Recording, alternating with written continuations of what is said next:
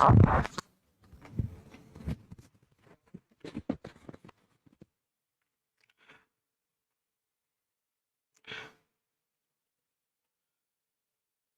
আলাইকুম এভরিওয়ান, সবাইকে ওয়েলকাম জানাচ্ছি আমাদের আজকে ওয়েব ডিজাইন পরিচিতি ও HTML এর পর্ব 1-এ।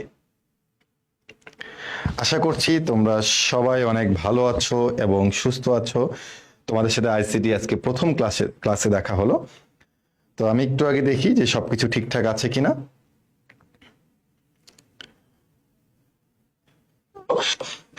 তোমরা সবাই কেমন আছো? যারা সালাম দিচ্ছ সবাইকে জানাচ্ছি ওয়ালাইকুম আসসালাম ওয়া রাহমাতুল্লাহি ওয়া বারাকাতুহু। তো সবার কি অবস্থা, সবার দিনকাল কেমন যাচ্ছে একটু কমেন্ট করে জানাও। আর সবাই যুক্ত হয়ে গেলে আমরা আমাদের ক্লাসটি খুব দ্রুত শুরু করে দিব। কেমন আছেন ভাইয়া? আলহামদুলিল্লাহ ভালো আছি এবং আশা করছি তোমরা অনেক অনেক অনেক ভালো আছো।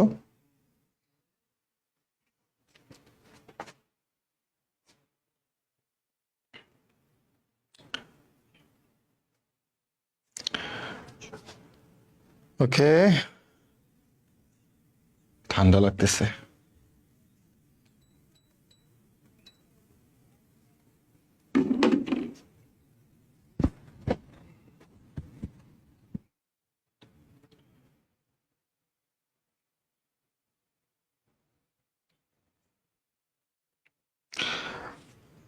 তো তোমরা যারা আবারও সালাম দিচ্ছ সবাইকে জানাচ্ছি ওয়ালাইকুম আসসালাম। সবার পড়াশোনার কি অবস্থা একটু কমেন্ট করে জানাতে পারো। রমজান মাস চলতেছে, তো তোমাদের পড়াশোনার অগ্রগতি কি অবস্থা, নাকি তোমাদের পড়াশোনা একটু অগ্রগতি পিছিয়ে গেছে বা তোমাদের পড়াশোনার গ্রোথটা কমে গেছে, একটু শেয়ার করতে পারো সবাই। এবং সবাই যখন চলে আসবে ক্লাসে তখনই আমরা আমাদের ক্লাসটি শুরু করে দিব। আপনি কেমন আছেন? আলহামদুলিল্লাহ আমি ভালো আছি।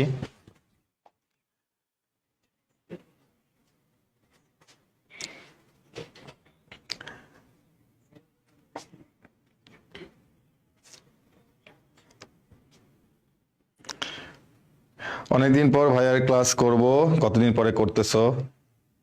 সময়টা কি তোমার জানা আছে?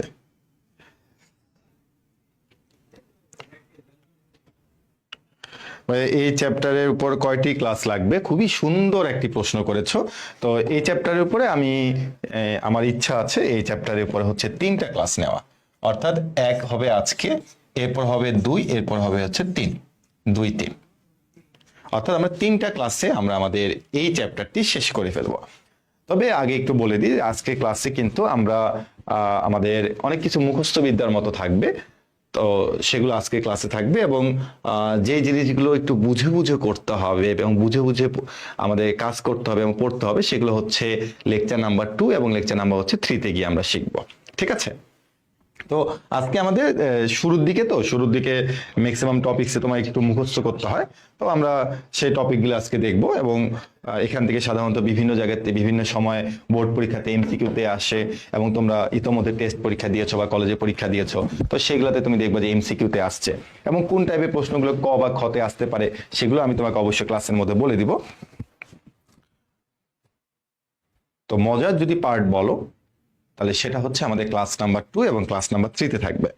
আজকে ক্লাসটা কিন্তু খুব একটা মজার হবে না। ওকে, এই চ্যাপ্টার নিয়ে খুবই টেনশনে আছি। টেনশনে থাকা অনেক ভালো, তুমি একটু বেশি বেশি করে টেনশনে থাকবা, তাহলে আমারও ভালো লাগবে। আপনার ম্যাথ ক্লাস মিস করতেছে ভাইয়া? ভাই আমি তো ক্লাস নেই রে ভাই, মিস করবা কেন? ভাইয়ের সাথে আজকে ফার্স্ট লাইভ করার সুযোগ হলো। দীর্ঘ 21 দিন আগে আপনার সাথে সামনাসামনি দেখা হয়েছিল। হ্যাঁ, তুমি সময়টা মনে রাখছো।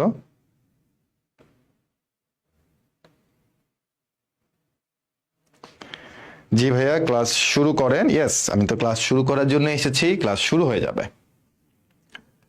তবে 5 মিনিট আমি তোমাদেরকে সময় দিব না তোমাদের যুক্ত হওয়ার জন্য। এক সময় দেখা যেত স্টুডেন্টরা এসে বসে থাকতো, স্যাররা একটু পরে আসতো, আর এখন স্যার চলে আসে কিন্তু স্টুডেন্ট আসতে লেট করে, তাই না? যুগের কত পরিবর্তন ঘটে গেছে।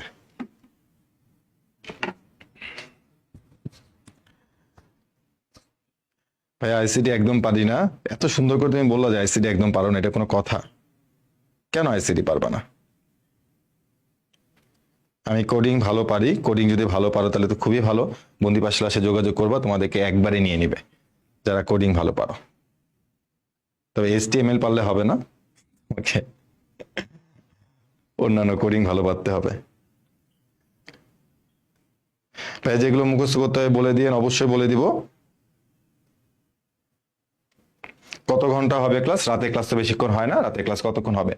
12টার আগে ক্লাস শেষ হয়ে যাবে।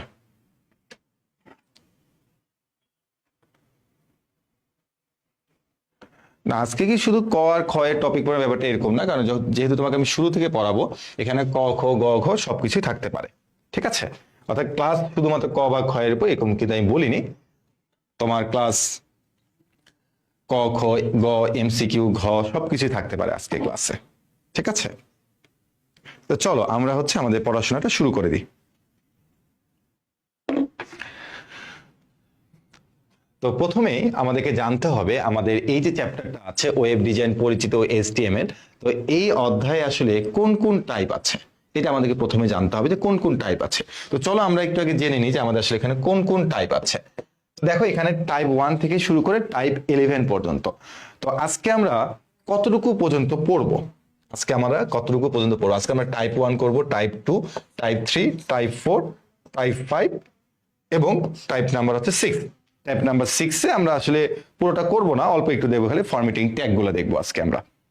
তো তোমরা আজকে মোটামুটি ধরে নাও যে আমরা 5 পর্যন্ত ক্লিয়ারলি পড়বো, আর 6 এর একটু করবো আমরা, 6 এ অল্প একটু পড়বো, এই জন্য ছোট্ট একটা দাগ দিলাম যে অল্প একটু আমরা দেখবো, এবং নেক্সট দিনগুলোতে আমরা হচ্ছে বাকিগুলো দেখবো, ঠিক আছে?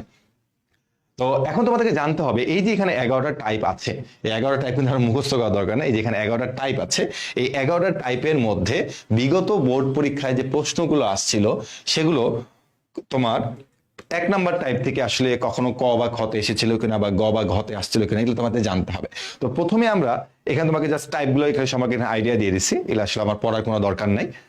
তো বাট তোমরা যখন নোট যদি করো তাহলে অবশ্যই টাইপের নামগুলো একটু নোট করে রাখিও যে কোন কোন টাইপ আছে তোমার এই অধ্যায়ের মধ্যে।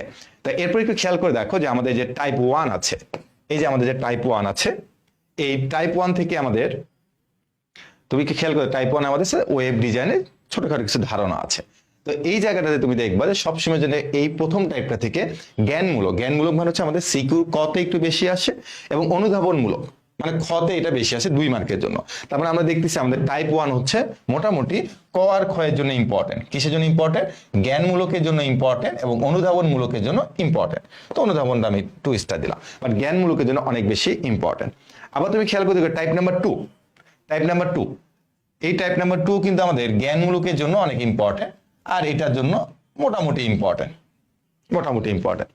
ওয়েবসাইটের কাঠামো, তো ওয়েবসাইটের কাঠামোতে তুমি খেয়াল করে দেখো এখান থেকে জ্ঞানমূলকে একবারই আসছে, বাট অনুধাবনে কিন্তু কখনো আসে নাই।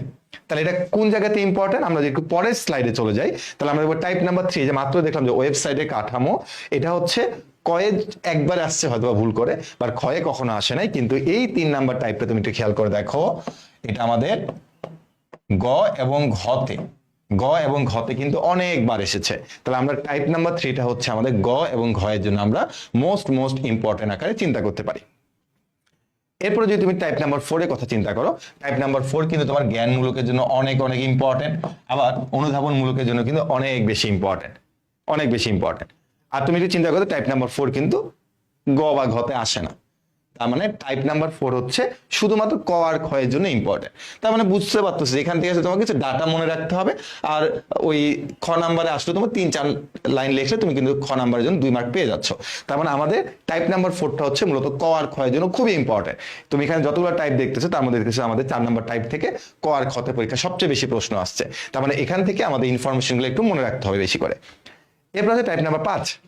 টাইপ নাম্বার 5 তুমি দেখো ক আর খ এর জন্য কিন্তু অনেক ইম্পর্টেন্ট, জন্য অনেক ইম্পর্টেন্ট। এবার টাইপ নাম্বার 5 এখানে দেখি, টাইপ নাম্বার 5 এই জায়গাটাতে ঘতে সাধারণত প্রশ্ন আসে না, এটা তোমার গ পর্যন্ত আসে, প্রয়োগমূলক পর্যন্ত আসে। তারপর তুমি আসো ফরম্যাটিং ট্যাগ তো আজকে আমরা জাস্ট অল্প একটু দেখবো। তো এই ফরম্যাটিং ট্যাগ থেকে ক খতে আসে না, বা তুমি যত নিচের দিকে যাবা দেখবা যে এগুলো একটু কম আসছে ক বা খতে, বা লাস্ট টাইপটা নিয়ে আমরা যখন আলোচনা করবো তখন আমরা এগুলো নিয়ে বলবো। আর আজকে যেহেতু আমাদের হচ্ছে টাইপ নাম্বার 5 মোটামুটি, বা টাইপ নাম্বার 6, তো এই পর্যন্ত আমরা খেয়াল করতেছি যে আমাদের টাইপ 4 আর 5 হচ্ছে অনেক বেশি ইম্পর্টেন্ট, আবার টাইপ 2 অনেক ইম্পর্টেন্ট। আবার মানে মোটামুটি টাইপ 1 থেকে 5 পর্যন্ত যে টাইপগুলো আছে এগুলো হচ্ছে আমাদের ক বা খ এর জন্য খুব ইম্পর্টেন্ট। তবে টাইপ নাম্বার 3টা মোস্ট ইম্পর্টেন্ট হচ্ছে আমাদের গ বা ঘ এর জন্য। তা আমরা একটা ধারণা পেয়ে গেলাম যে আজকে আমরা যে টাইপগুলো নিয়ে আলোচনা করব এগুলো আমাদের ক খ গ ঘ সবগুলোর জন্য অনেক বেশি ইম্পর্টেন্ট। এবং একই রকম ভাবে আমাদের এগুলো থেকে যতটুকু পড়বো এগুলো থেকে আসলে কি কি টাইপের এমসিকিউ এসেছিল সেগুলো কিন্তু আমরা একদম ক্লাস শেষে দেখে ফেলবো, ঠিক আছে? তো নিচেগুলো নিয়ে আমি মাথা ঘামাচ্ছি না, কারণ যেহেতু আজকে আমি এগুলো আলোচনা করবো না সেগুলো নিয়ে কেন কথা বলবো। তো আগামী ক্লাসে আবারও আলোচনা হবে, তখন আবার এই পরের টাইপগুলো নিয়ে আবার কথাবার্তা হবে, ঠিক আছে? যেমন দেখো ফরম্যাটিং ট্যাগ থেকে ক বা খতে আসে না, তাহলে ফরম্যাটিং ট্যাগ কথায় আসে বেশি, দেখো গ আর ঘতে একটু বেশি আসছে, ঠিক আছে? তাহলে এখন একটু বলো তোমাদের এই যে অ্যানালাইসিসটা করে দিলাম, এই অ্যানালাইসিস থেকে তোমরা কি ক্লিয়ারলি ধারণা পেয়েছো কিনা যে কোনগুলো তোমাদের জন্য ইম্পর্টেন্ট, কোন টাইপগুলো তোমাদের জন্য ক বা খতে ইম্পর্টেন্ট এবং কোন টাইপগুলো তোমাদের গ বা ঘতে ইম্পর্টেন্ট। তো তোমরা কিন্তু অবশ্যই এটা একটা স্ক্রিনশট নিয়ে রাখতে পারো, তোমরা অবশ্যই একটা স্ক্রিনশট নিয়ে রাখো যেন তোমরা অ্যানালাইসিস করে পড়তে পারো। অনেকে বলছে ভাইয়া আইসিটি নিয়ে একটু সমস্যা আছে বা আইসিটি এই চ্যাপ্টার নিয়ে একটু প্যারার মধ্যে আছি, বা তুমি এই চ্যাপ্টার নিয়ে যদি প্যারার মধ্যে নাও থাকো কোনো সমস্যা নেই। তবে তোমাকে যেটা করা লাগবে সেটা হচ্ছে যে একটু জানতে হবে যে এই চ্যাপ্টারে কোন কোন জিনিসগুলো ইম্পর্টেন্ট এবং কোন কোন জিনিসগুলো ইম্পর্টেন্ট না, ঠিক আছে? ওকে, এরপরে আমরা আসি। তো তোমাদের যখন প্র্যাকটিস শিট দেওয়া হবে তখন কিন্তু সেখানে আরো বেশ কিছু জিনিস একটু ডিটেলস দেওয়া থাকবে, বুঝতে পারছো? যখন তোমাকে একটা প্রশ্ন গ বা ঘতে দিছে, তো আমি তো তোমাকে ওই গ বা ঘয়ের জন্য তো একদম লাইন টু লাইন তোমাকে আমি মুখস্থ করাবো না, তখন কিছু কিছু লাইন তোমাকে নিজের থেকে লিখতে হবে, কিছু কিছু লাইন তোমাকে গাইড ফলো করতে হবে, বাট তোমাকে বেসিকটা বুঝতে হবে, ঠিক আছে? যখন তুমি জিনিসটা বুঝে যাবা যে হ্যাঁ এটা দ্বারা এটা বুঝাচ্ছে, তখন তুমি খুব সুন্দর করে লিখতে পারবা। তো সেটা আমি পরে বলতেছি। তো ফার্স্টে আমরা টাইপ 1-এ চলে আসি। আমাদের টাইপ 1-এ কি আছে দেখো, টাইপ 1 আছে হচ্ছে আমাদের ওয়েব ডিজাইনের ধারণা। ওয়েব ডিজাইনের ধারণা তার মানে এই ওয়েব ডিজাইনটা কত সালে কে চিন্তা করছিল এবং সেটাকে কিভাবে ডেভেলপ করছে, একদম আমরা সেখান থেকে শুরু করব, কারণ এখান থেকে আসলে এমসিকিউ একটু বেশি আসবে। কি আসবে? এমসিকিউ বেশি আসবে। চলো এমসিকিউ এর জন্য কোন কোন লাইনগুলো মোস্ট ইম্পর্টেন্ট সেগুলো আগে আমরা একটু বাছাই করে ফেলি। ফার্স্ট একটু খেয়াল করে দেখেন, একটা সাল বলছে, সালটা একটু ভালো মনে রাখিও। 1989 সালে টিম বার্নার্স-লি যখন CERN নামক একটি গবেষণাগারে কর্মরত ছিলেন, অর্থাৎ তারা অনেক সময় যারা বিজ্ঞানী তারা কিন্তু কোনো না কোনো গবেষণাগারে কিন্তু কর্মরত থাকেন। তাহলে এখানে হচ্ছে টিম বার্নার্স-লি যে গবেষণা তোমার কর্মরত ছিল তার নাম কি বলতো? CERN, এটাকে মনে রাখিও, CERN। তখন ওয়েবের ধারণা প্রস্তাব করেন যার মাধ্যমে আইপি অ্যাড্রেস ব্যবহার করে এক কম্পিউটার থেকে অন্য কম্পিউটার বিভিন্ন ডকুমেন্টস পাঠানো যাবে। এখন তোমাদের মধ্যে প্রশ্ন আসতে পারে ভাই আইপি অ্যাড্রেসটা কি? তো আইপি অ্যাড্রেসটা কি সেটা আমরা একটু পরে জানবো, বাট তোমাকে শুধু এতটুকু বলে রাখি যে আইপি অ্যাড্রেস মানে কি, যে প্রত্যেকটা আমাদের এই যে এই ফোন, তোমার ফোন, প্রত্যেকটা ফোনের কিন্তু একটা করে আইপি অ্যাড্রেস থাকে, প্রত্যেকটা ফোনে একটা আইপি অ্যাড্রেস থাকে। তোমার ফোন যখন হারায় যায় তখন কিন্তু এই আইপি অ্যাড্রেসটাকে ট্র্যাকিং করে কিন্তু অনেক সময় বের করে ফেলা যায় যে তোমার ফোনটা কোথায় আছে। তো টিম বার্নার্স-লি প্রথমে যেটা চিন্তা করছিল যে এই আইপি অ্যাড্রেসের মাধ্যমে এক কম্পিউটার থেকে আরেক কম্পিউটার হচ্ছে সে ডাটা ট্রান্সফার করবে, এবং ডাটা ট্রান্সফারের জন্য তো অবশ্যই ইন্টারনেট লাগবেই, তাই না? এবং একটু খেয়াল করো যে আমি যখন ক্লাস নিতে আসছি তখন কি বলছে যে কাব্য ভাইয়া ক্লাস নিতে আসবে, যখন তুমি কমেন্ট করতেছো আমি দেখতেছি যে তোমার একটা নাম আছে, নাম ছাড়া আসলে কেউ নাই। তো ওইটাই তোমার একটা কি বলতো পরিচিত, মানে তোমার একটা পরিচিতি, তাই না? তোমার একটা ঠিকানা, তোমার ধরনের তোমার একটা নাম আছে। তো একই রকম ভাবে প্রত্যেকটা কম্পিউটার বা প্রত্যেকটা মোবাইল বা প্রত্যেকটা ডিভাইসের একটা করে আইডি থাকে। তো সেটাকে আমরা বলতেছি এখানে কি বলতো আইপি অ্যাড্রেস, যার একটা নির্দিষ্ট ঠিকানা আছে, ঠিক আছে? যার একটা নির্দিষ্ট ঠিকানা আছে। তবে এখানে আরো বেশ কিছু কথাবার্তা বলছে। তারপর এখানে বলছে যে ইন্টারনেট ব্যবহার করে পাঠানো লিখিত তথ্যের নাম দেন হচ্ছে হাইপারটেক্সট। তার মানে দেখো তুমি যখন ডকুমেন্ট যখন তুমি ট্রান্সফার করবা তখন কিন্তু অবশ্যই তোমার এখানে ইন্টারনেটটা ব্যবহার করা লাগবে। তুমি বলতে পারবে আমরা তো অনেক সময় মোবাইলে ডাটা শেয়ারিং, তারপর এয়ারড্রপ এগুলোর মাধ্যমে করে থাকি, বাট আমি তোমাকে বলতেছি ডাটা যখন তুমি ট্রান্সফার করবা এগুলোর মাধ্যমে তুমি ডাটা ট্রান্সফার করতে পারবা, বাট তুমি যদি ইন্টারনেটের মাধ্যমে যদি ডাটাটা ট্রান্সফার করে থাকো কখনো, তখন সেটাকে বলা হয় হাইপারটেক্সট। অর্থাৎ তুমি যদি কখনো লিখিত তথ্য অর্থাৎ কোনো টেক্সট যদি তুমি এক কম্পিউটার থেকে আরেক কম্পিউটার যদি তুমি ট্রান্সফার করতে চাও তখন তার নাম বলবা কি বলতো হাইপার টেক্সট। আর এই হাইপার টেক্সট গুলো খুঁজে পাওয়া যাবে বিভিন্ন নেটওয়ার্ক ঠিকানা, যার নাম তিনি দেন হচ্ছে কি বলতো হাইপার লিঙ্ক। তার মানে এই লিঙ্কের মাধ্যমে হচ্ছে তুমি কি পাবা বলতো ওই যে হাইপার টেক্সট গুলো আছে সেগুলো তুমি খুঁজে পাবা। লিখিত তথ্যের বাইরে ছবি, অডিও ও ভিডিও জাতীয় তথ্যকে বলা হয় হাইপারমিডিয়া। তার মানে দেখো, টেক্সট যদি তুমি বাদ দাও, টেক্সট ছাড়া তো আরো অনেক কিছু থাকে, তাই না? ইমেজ থাকবে, অডিও থাকবে, ভিডিও থাকবে। তো এই তথ্যগুলোকে তিনি কি নাম দিচ্ছে বলতো? হাইপারমিডিয়া নাম দিচ্ছে। তারপর দেখো 1989 সালে সে প্রস্তাব দিছিল।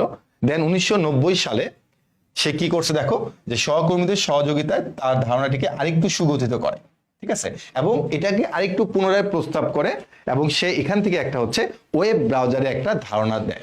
ওয়েব ব্রাউজার, এখন তোমরা বলতে পারো ওয়েব ব্রাউজারটা আবার কি?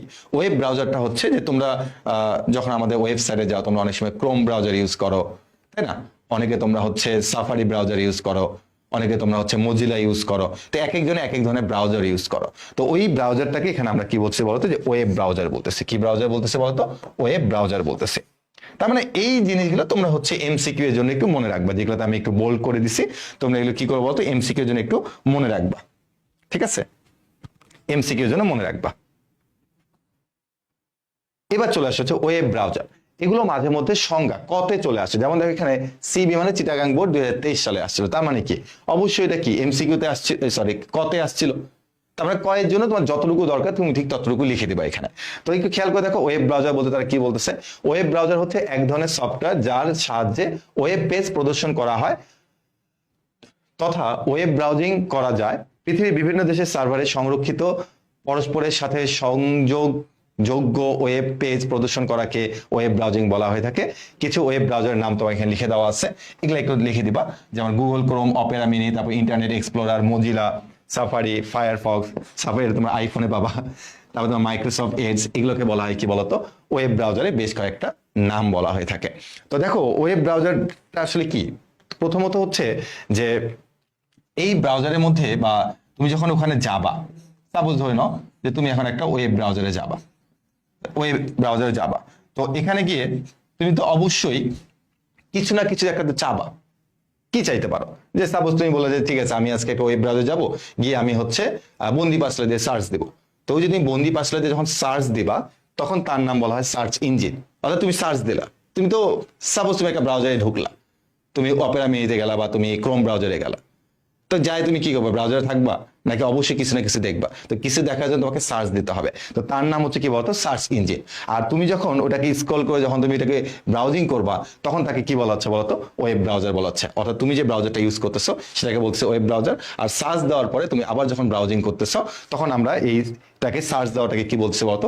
সার্চ ইঞ্জিন বলতেছি। তো আমাদের ওয়েব ব্রাউজারটাকেও তারা মাঝে মধ্যে হচ্ছে কতে দিয়ে থাকবে।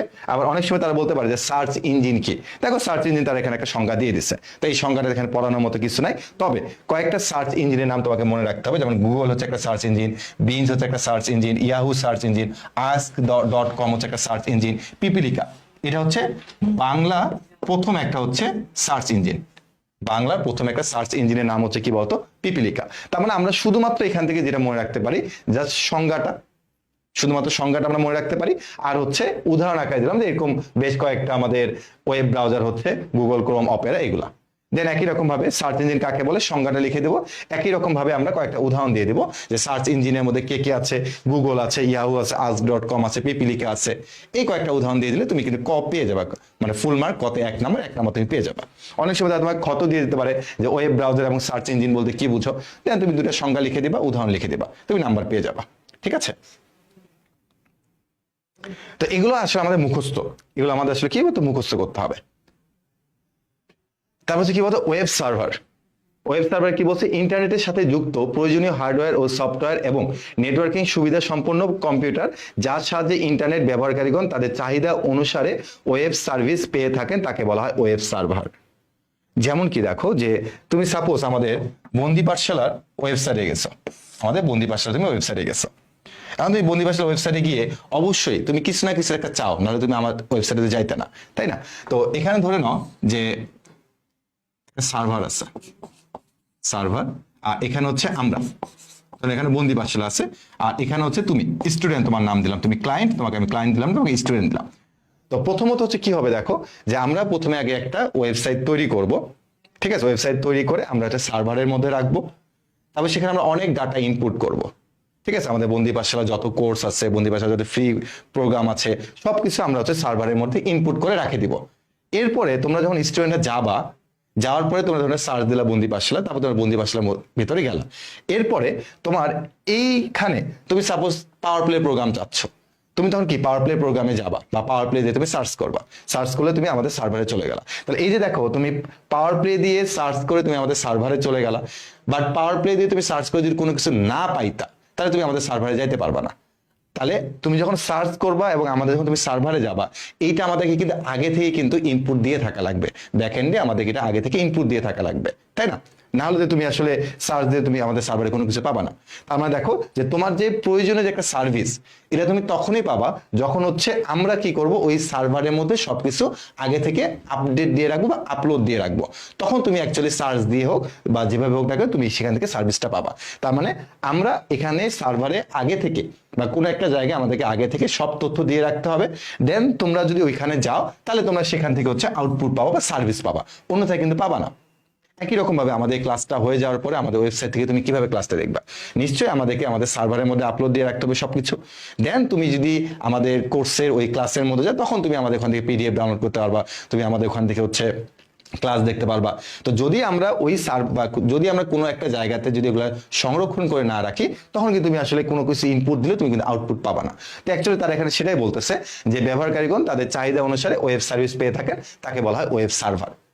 তার মানে আমাদের বন্দি পাঠশালা যা যাবতীয় কিছু আছে সবকিছু কিন্তু আমাদের আসলে সার্ভারে ইনপুট দিয়ে রাখা লাগে, নাহলে তোমরা কিন্তু সেখান থেকে কোনো সার্ভিস নিতে পারবা না। তো এটা তোমরা যাতে সংখ্যা আকারে দেখে নিবা। এরপর হচ্ছে ওয়েব পোর্টাল।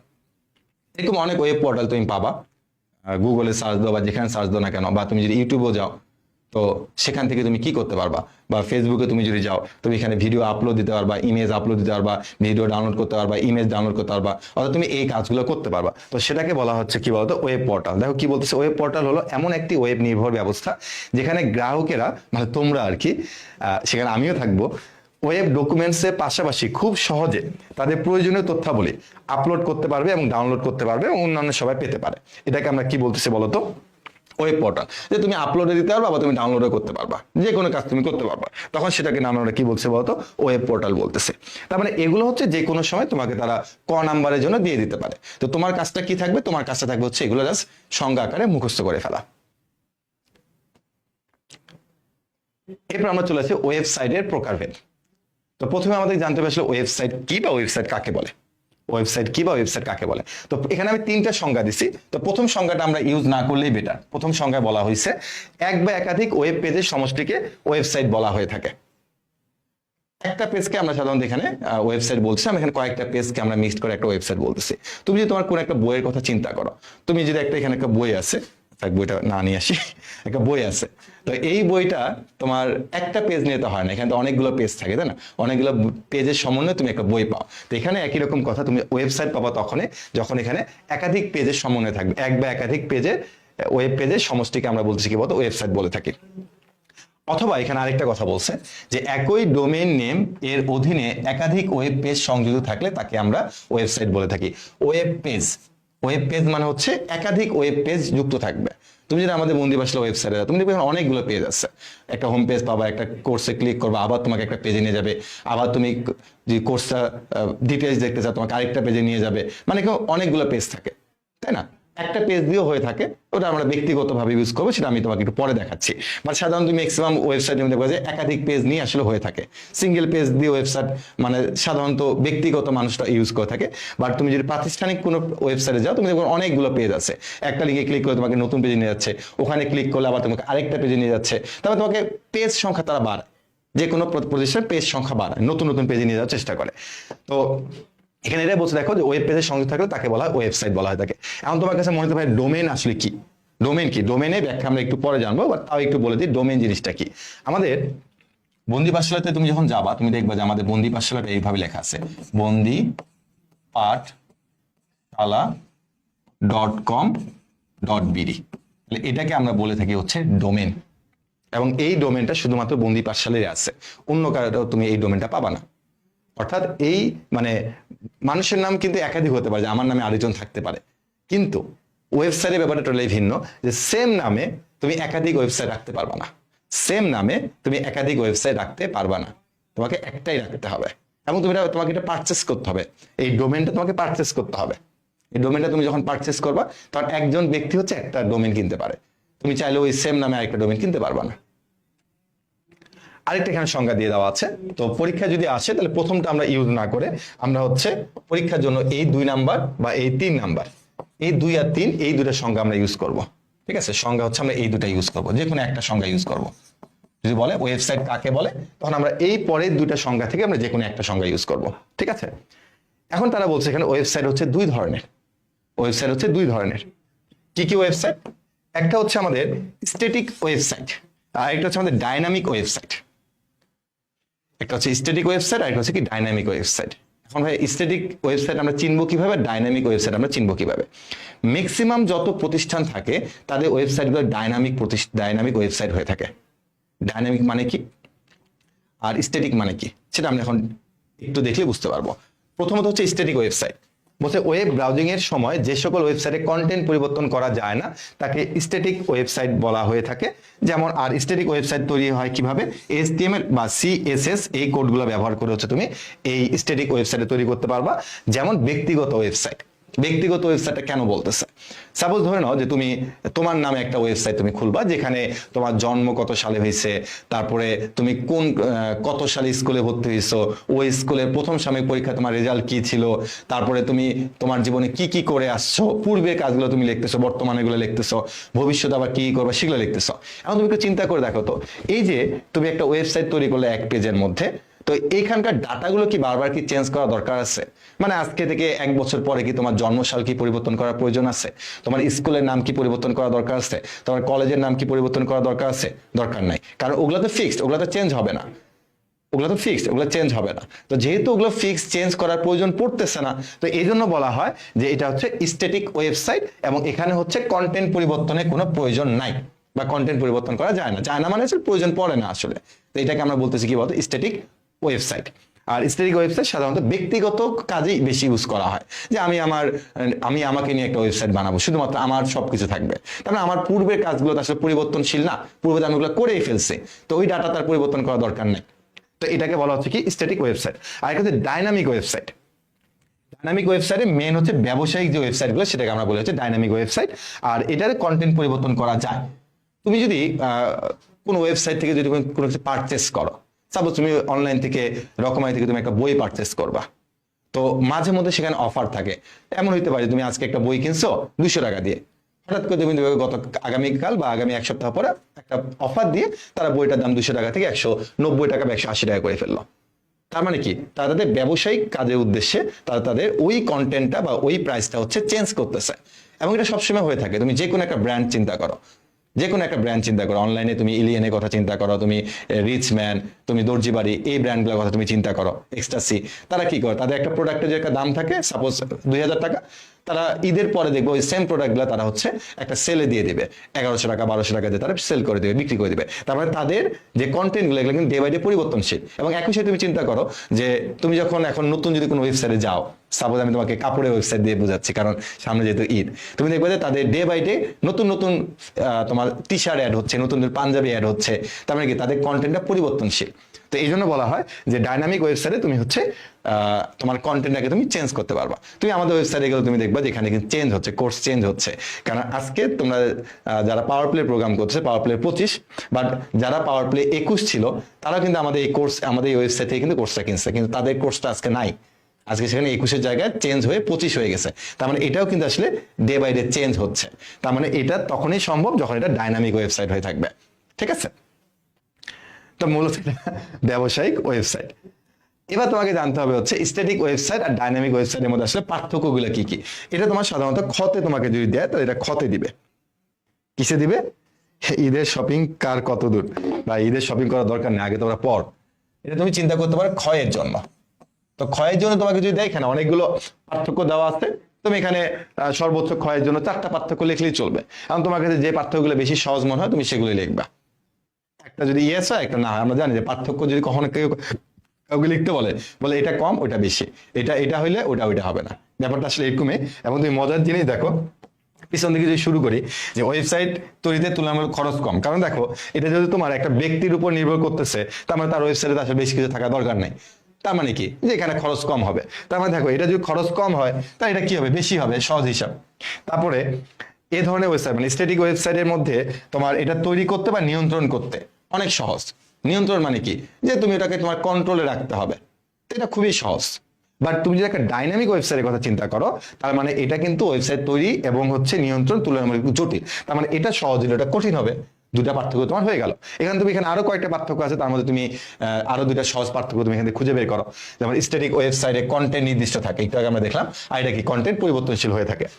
তারপর কি ব্রাউজিং এর সময় পেজের কন্টেন্ট পরিবর্তন করা যায় না, বাট ব্রাউজিং এর সময় পেজের কন্টেন্ট পরিবর্তন করা যায়। তুমি ব্রাউজিং করতেছো ওই সময় কন্টেন্ট পরিবর্তন করা যাবে। ব্যবহারকারী ব্রাউজার দ্রুত লোড হয়, ব্যবহারকারী ব্রাউজারে লোড হতে তুলনামূলক সময় বেশি নেয়। কারণ তুমি দেখবা যে একটা ব্যবসায়িক ওয়েবসাইটে তুমি যখন যাবা তখন একটু হলেও সময় নেবে। কেন? কারণ ওখানে অনেক ইমেজ থাকে, অনেক ভিডিও থাকে, অনেক ডাটা থাকে, তো সেগুলো লোড হতে একটু সময় লাগে। যদি এখন ডে বাই ডে এটা অনেক ফাস্ট হয়ে গেছে, এত বেশি লোড নেয় না, একবারেই হয়ে যায়। বাট তাও আমরা বলবো যে হ্যাঁ, আমাদের স্ট্যাটিক ওয়েবসাইটে লোড নিতে একটু কম সময় নেয়, আর ওখানে লোড নিতে একটু বেশি সময় নেয়। এবার কি বলছে, স্ট্যাটিক ওয়েবসাইট সাধারণত কোনো ডাটাবেস ব্যবহৃত হয় না, এখানে কোনো ডাটাবেস দরকার পড়ে না, ব্যাকএন্ডে কোনো ডাটাবেস প্রয়োজন পড়ে না। বাট তুমি যখন একটা ডাইনামিকে যাবা তখন এখানে অবশ্যই একটা ডাটাবেসের প্রয়োজন পড়বে। যেমন দেখো, তুমি যদি আমাদের ওয়েবসাইটে যদি একটা কোর্স পারচেস করো, তোমাকে লগ ইন করতে হবে, তাই না? তারপর তোমাকে পেমেন্ট করতে হবে, অনেক কিছু করতে হবে, অনেক ডাটাবেস থাকে এখানে। বাট তুমি যখন কারো একটা জীবনী পড়বা, রবীন্দ্রনাথ ঠাকুরের একটা জীবনী পড়বা, তো ওই জীবনী পড়ার জন্য তুমি কখনো কি কোনো একটা ওয়েবসাইটে গিয়ে লগ ইন করবা না, তো তুমি পড়ে চলে আসবা। তবে এখানে কোনো আসলে ডাটাবেস থাকতেছে না। এই ধরনের ওয়েবসাইট ডাইনামিক ওয়েবসাইটের চেয়ে অনেক বেশি নিরাপদ, কারণ স্ট্যাটিক ওয়েবসাইট কেবল একমুখী কমিউনিকেশন হয়ে থাকে। একমুখী কমিউনিকেশন মানে কি, শুধুমাত্র তুমি এখানে যাবা, মানে তুমি যা যায় পরে চলে আসতেছ। বাট এই যে আমাদের যে ইয়াগুলো থাকতেছে, ডাইনামিক যে ওয়েবসাইট গুলো থাকতেছে, এখানে কিন্তু মানে তুমি যখন যাবা, তুমি এখানে কিন্তু অনেক সময় ইনপুটও দিয়ে আসো। যেমন তুমি যদি ই কমার্সে যাও, তুমি সেখান থেকে একটা জিনিস পারচেস করে আসো, মানে তুমি একটা ইনপুট দিচ্ছ, তুমি তোমার ইনফরমেশন ইনপুট দিচ্ছ। অনেক সময় তুমি তোমার নিজের ছবিটা কাভার ফটোতে দিচ্ছ বা প্রোফাইল পিকচারে দিচ্ছ। তো তুমি যে কোনো একটা ই কমার্সে গেলে কিন্তু তুমি অনেক কিছু ইনপুট দিতে পারবা। আবার তুমি যদি ফেসবুকের কথা চিন্তা করো, ফেসবুকে তুমি কি করো না, ফেসবুকের মাধ্যমে আমি লাইভটা নিচ্ছি, তার মানে আমি তো এখানে একটা ডাটা ইনপুট করতেছি। তার মানে যখন তোমার যারা ক্লায়েন্ট থাকে তারা যখন এটা ফুলফিল ইউজ করতে পারে, তখন কিন্তু এটা আসলে একটু নিরাপত্তাটা একটু কমে যায়, সিকিউরিটি একটু কমে যায়। যে কোনো সময় হচ্ছে এটা হ্যাক বলো বা যে কোনো কিছু হয়ে যেতে পারে। তো এখানে এটাই বলতেছে যে তোমার নিরাপদ, কম নিরাপদ, কারণ উভয় পক্ষে কমিউনিকেশন হয়ে থাকে। আর এটা তোমার শুধুমাত্র তুমি একমুখী কেন, কারণ তুমি শুধুমাত্র দেখে আবার চলে আসতেছো, তোমার এখানে কোনো কিছু তেমন ইনপুট দেওয়া লাগতেছে না। এই তো এই জিনিসগুলো হচ্ছে আমরা জাস্ট নিজের মতো করে, মন করার মতো করে এক দুইবার দেখে নিব, তাহলে আশা করি যদি কোনো ক্ষতে আসে আমরা ইজিলি করতে পারবো, লিখে দিয়ে আসতে পারবো। এবার হচ্ছে ওয়েবসাইটের কাঠামো। এই ওয়েবসাইটের কাঠামোটা খুবই ইম্পর্টেন্ট। তুমি দেখবা আমাদের টাইপ নাম্বার 3, আমরা যে আমাদের টাইপ নাম্বার 3টা একটু দেখি। টাইপ নাম্বার 3তে আমরা দেখছিলাম যে আমাদের টাইপ নাম্বার 3 হচ্ছে ক বা খতে আসেনি বললেই চলে, কিন্তু টাইপ নাম্বার 3 হচ্ছে আমাদের গ বা ঘতে প্রচুর আসছে, বিশেষ করে গতে অনেক আসছে। তো যেহেতু আমাদের এটা গ বা ঘয়ের জন্য ইম্পর্টেন্ট, সো এটাকে আমাদেরকে একটু গুরুত্ব দিতে হবে। এটা হচ্ছে আমাদের গ বা ঘয়ের জন্য খুবই ইম্পর্টেন্ট। তো আমি তো তোমাকে এটা বলে দিব যে আসলে কোনটা তারা কি বুঝাচ্ছে, বাট ব্যাখ্যাগুলো কিন্তু তোমরা নিজের মতো করে দিবা, বা তোমরা বই পড়বা বা তোমরা গাইড দেখবা, দেখলে তোমরা ব্যাখ্যাটা পারবা। ব্যাখ্যাতে কোনো সমস্যা নাই, নিজের মতো করে কিছু লাইন লিখবা। তো ওয়েবসাইটের কাঠামো আমরা একটু দেখি। একটি ওয়েবসাইট এক বা একাধিক ওয়েব পেজের সমন্বয়ে তৈরি করা হয়, এটা আমরা কিছুক্ষণ আগে দেখে আসলাম। এই ওয়েব পেজগুলো ওয়েবসাইটে তথ্য উপস্থাপন করে থাকে, কারণ প্রত্যেকটা পেজ কিন্তু এক একটা তথ্য বা একটা ইনফরমেশন তোমাকে দিয়ে থাকে। ওয়েবসাইটে অন্তর্গত বিভিন্ন পেজগুলো কিভাবে সাজানো থাকবে তার পরিকল্পনা বা ছককে ওয়েবসাইটের কাঠামো বলা হয়। এটাই হচ্ছে আসলে ওয়েবসাইটের কাঠামো। অর্থাৎ যে পেজগুলো থাকবে সেই পেজগুলো আসলে কিভাবে তোমার সাজানো থাকবে, এটাকে আমরা বলতেছি কি বলতো, ওয়েবসাইটের কাঠামো। তার মানে পেজগুলো যে থাকবে এগুলো আসলে কিভাবে তোমার সাজানো থাকবে, এটাকে আমরা বলতেছি কি বলতো, ওয়েবসাইটের কাঠামো বলতেছি। তো এখানে দেখো, একটি ওয়েবসাইটের কাঠামো মূলত 3 ভাগে ভাগ করা হয়ে থাকে। একটা ওয়েবসাইটের কাঠামোটাকে আমরা 3 ভাগে ভাগ করতে পারি। তো সেই কাঠামোগুলো এখানে 3টা লিখে দেওয়া আছে। একটা হলো হোম পেজ, একটা হচ্ছে মূলধারার পেজ, একটা হচ্ছে উপধারার পেজ। হোম পেজ, মূলধারার পেজ, উপধারার পেজ। অনেক সময় এই প্রথমটা এমসিকিউতে বা কতে চলে আসে, এমসিকিউ বা কতে চলে আসতে পারে। সেটা হচ্ছে কি, যে হোম পেজ কাকে বলে, অথবা এমসিকিউ এভাবে আসবে যে কোনো ওয়েবসাইটে প্রবেশ করলে প্রথম যে পেজটি প্রদর্শিত হয় তার নাম কি। তুমি একটা ওয়েবসাইটে গেলা, যাওয়ার পরে প্রথমে তোমাকে তারা যেটা দিবে সেটার নামে হচ্ছে কি বলতো হোম পেজ, সেটার নামে কি বলতো হোম পেজ। তো আমাদের ওয়েবসাইটের কাঠামো মূলত 3 ভাগে ভাগ করা যায়, একটা হলো হোম পেজ, তারপর হচ্ছে মূল ধারার পেজ, তারপর হচ্ছে কি উপধারার পেজ, ঠিক আছে। আর এগুলো সাজানোটাকে আমরা বলতেছি কি বলতো ওয়েবসাইটের কাঠামো বলতেছে। পেজগুলো কিভাবে থাকবে সাজানো সেটাকে আমরা কি বলতেছি, কাঠামো বলতেছে।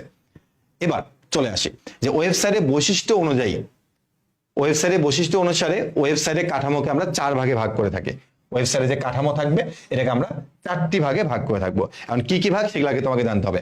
একটা হচ্ছে লিনিয়ার কাঠামো, লিনিয়ার কাঠামো একটা, আরেকটা হচ্ছে আমাদের ট্রি কাঠামো, আরেকটা হচ্ছে আমাদের নেটওয়ার্ক বা ওয়েব লিঙ্ক কাঠামো, আর আরেকটা হচ্ছে আমাদের মিশ্র বা হাইব্রিড কাঠামো বা কম্বিনেশন, যেটাই বলো না কেন। তো এই যে 4টা কাঠামো, এই 4টা কাঠামো থেকে পরীক্ষাতে খুব প্রশ্ন আসে, পরীক্ষাতে খুব প্রশ্ন আসে। তো আমি তোমাকে এগুলো শুধুমাত্র হচ্ছে একটু বোঝানোর চেষ্টা করবো যে হ্যাঁ এই জিনিসগুলো এইভাবে আসে, এটা গিয়ে এভাবে বলে তুমি তার নাম বলবা হচ্ছে লিনিয়ার, তার নাম বলবা তুমি মিশ্র, এভাবে বলবা। কিন্তু এটা ব্যাখ্যাগুলো তোমরা যখন বিভিন্ন ধরনের গাইড পড়বা বা গাইড দেখবা তখন তুমি এখানে ব্যাখ্যা আরো অনেক পাবা, অনেক কথাবার্তা পাবা, বা বই দেখলেও তুমি এখানে অনেক বইয়ের মধ্যে অনেক লাইন পাবা। বাট আমি তোমাকে জাস্ট ধরাই দিব সৃজনশীল প্রশ্নগুলোতে যে হ্যাঁ এটা দ্বারা আসলে কি বোঝাচ্ছে, এটা দ্বারা তোমাকে এই কাঠামোটা বোঝাচ্ছে, ওটা দ্বারা ওই কাঠামো বোঝাচ্ছে।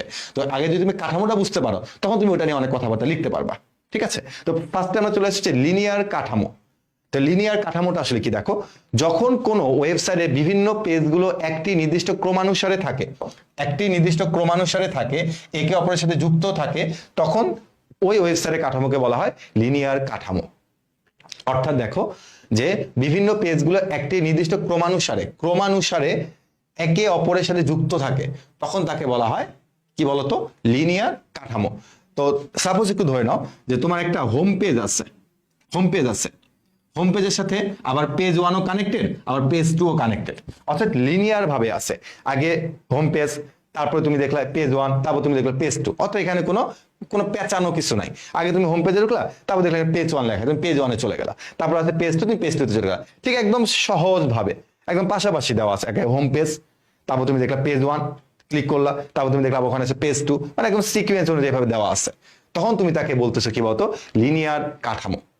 যদি একদম তোমার ক্রমানুসারে থাকে, ঠিক এরকম যদি ক্রমানুসারে থাকে যে তোমার এখানে একটা, এখানে একটা, এখানে একটা, এইভাবে তুমি এইভাবে যেতে পারবা, আবার এইভাবে আসতে পারবা। যদি তুমি দেখো পাশাপাশি ভাবে দেওয়া আছে তখন তুমি তার নাম বলবো হচ্ছে লিনিয়ার, ঠিক আছে। তো এখানে আরো কিছু বলছে যে পেজগুলোতে সাধারণত নেক্সট, প্রিভিয়াস, লাস্ট, ফার্স্ট ইত্যাদি লিঙ্কের মাধ্যমে ভিজিটররা প্রতিটি পেজে দেখতে পারে। যেমন তুমি এখানে আসার পরে তারপর তোমাকে লেখা আছে যে নেক্সট পেজে যাও, নেক্সটে ক্লিক করলা, নেক্সটে চলে গেলা, আবার লেখা আছে নেক্সট, আবার নেক্সটে চলে গেলা, আবার নেক্সটে গিয়ে লেখা আছে ফার্স্ট পেজ লেখা আছে, ফার্স্টে ক্লিক করলে আবার তুমি ফার্স্টে চলে আসছো। তারপরে একবার লিনিয়ার ভাবে যাওয়া, লিনিয়ার ভাবে তুমি ব্যাক করতে পারবা। তো এটাকে আমরা বলতেছি কি বলতো লিনিয়ার কাঠামো, ঠিক পাশাপাশি থাকবে, খুব সুন্দর করে সিকোয়েন্স অনুযায়ী থাকবে। এই জন্য তার নাম হচ্ছে কি বলতো সিকোয়েন্সিয়াল কাঠামো। এরপর হচ্ছে আমাদের ট্রি কাঠামো। ট্রি কাঠামো মানে হচ্ছে ট্রির মতো থাকবে। যেমন এখানে তোমার একটা হোম পেজ আছে, ধরে নাও এটা তোমার একটা হোম পেজ, এটা তোমার একটা হোম পেজ। এই হোম পেজ থেকে তোমার এখানে আরো ধরে নাও 3টা তোমার মূল পেজ আসলো, তারপর এখান থেকে তোমার আরো পেজ আসলো 2টা, তারপর এখানে আসলো, তারপর এখানে আসলো, তারপর এখানে আসলো, তারপর এখানে আসলো। একটু খেয়াল করে দেখো, ধরে নাও যে আমার এটা হচ্ছে হোম পেজ, এই হোম পেজ থেকে তোমার 3টা যাবে, এই যে এখানে একটা ধরে নাও, হোম পেজ থেকে তোমার এদিকে গেল, এদিকে গেল, তারপর তোমার এখানে আসলো, তারপর তোমার এখানে আসলো, এখানে আসলো। তো একটু খেয়াল করে দেখো যে হোম পেজ থেকে, এটা আমার হোম পেজ, এসপি মানে হোম পেজ বলছে, হোম পেজ থেকে আমার এখানে আসলো। এখন এখানে আসার পরে সে আবার এদিক গেল, সে আবার এদিকে গেল, এখানে আসার পরে সে আবার এদিকে গেল, সে আবারও এদিকে গেল, এখানে আসার পরে সে আবারও এদিকে গেল, সে আবারও এখানে আসলো। তারপর দেখো তো এটা দেখতে কারণ একটা ট্রির মতো মনে হচ্ছে না, যে একটা টি এর মতন, ট্রি এর মতো মনে হচ্ছে। তো যেহেতু এটা ট্রি এর মতো মনে হচ্ছে সেটাকে আমরা বলবো কি বলতো ট্রি কাঠামো। এখানে স্পষ্ট করে বলে যাচ্ছে দেখো এই কাঠামোতে একটি হোম পেজ থাকে, যে একটা হোম পেজ থাকে এবং অন্যান্য পেজগুলো হোম পেজের সাথে যুক্ত থাকে, এটাকে বলা হয় মূল সাব পেজ। অর্থাৎ এই যে হোম পেজের সাথে যারা যুক্ত থাকবে তাদেরকে আমরা বলবো কি বলতো সাব পেজ, তাকে আমরা কি বলবো সাব পেজ বলে থাকবো, সাব পেজ। এবং কাঠামোটি দেখে ট্রি এর মতো হওয়ার কারণে এটাকে আমরা কি বলছি, ট্রি কাঠামো বলতেছি। এবং কি বলছে, ওয়েবসাইটে কাঠামোগুলোর মধ্যে ট্রি কাঠামো সবচেয়ে সহজ এবং জনপ্রিয়। এবং আমাদের যতগুলো কাঠামো আছে তার মধ্যে এই কাঠামোটা একটু জনপ্রিয় এবং একটু সহজ, ঠিক আছে। এবং এটার পরে তুমি এখানে নাম্বারিং দিতে পারো, 1 2 3 4 5 করে তুমি দিতে পারো, কন্টেন্ট দিতে পারো। তারপরে হোম পেজের সাথে হচ্ছে যারা থাকবে তারা হচ্ছে কি বলতো, সাব পেজ হিসেবে থাকতেছে। এবং এটা দেখতে অনেকে ট্রি এর মতো, তো এই জন্য আমরা বলছি কি বলতো, ট্রি কাঠামো। এরপর আসি হচ্ছে আমরা নেটওয়ার্ক বা ওয়েব লিঙ্ক কাঠামো। নেটওয়ার্ক বা ওয়েব লিঙ্ক কাঠামো, তো এটা আবার কি, দেখো ধরে নাও যে তোমার এখানে 4টা পেজ আছে, 1 2 3 4, 4টা পেজ আছে।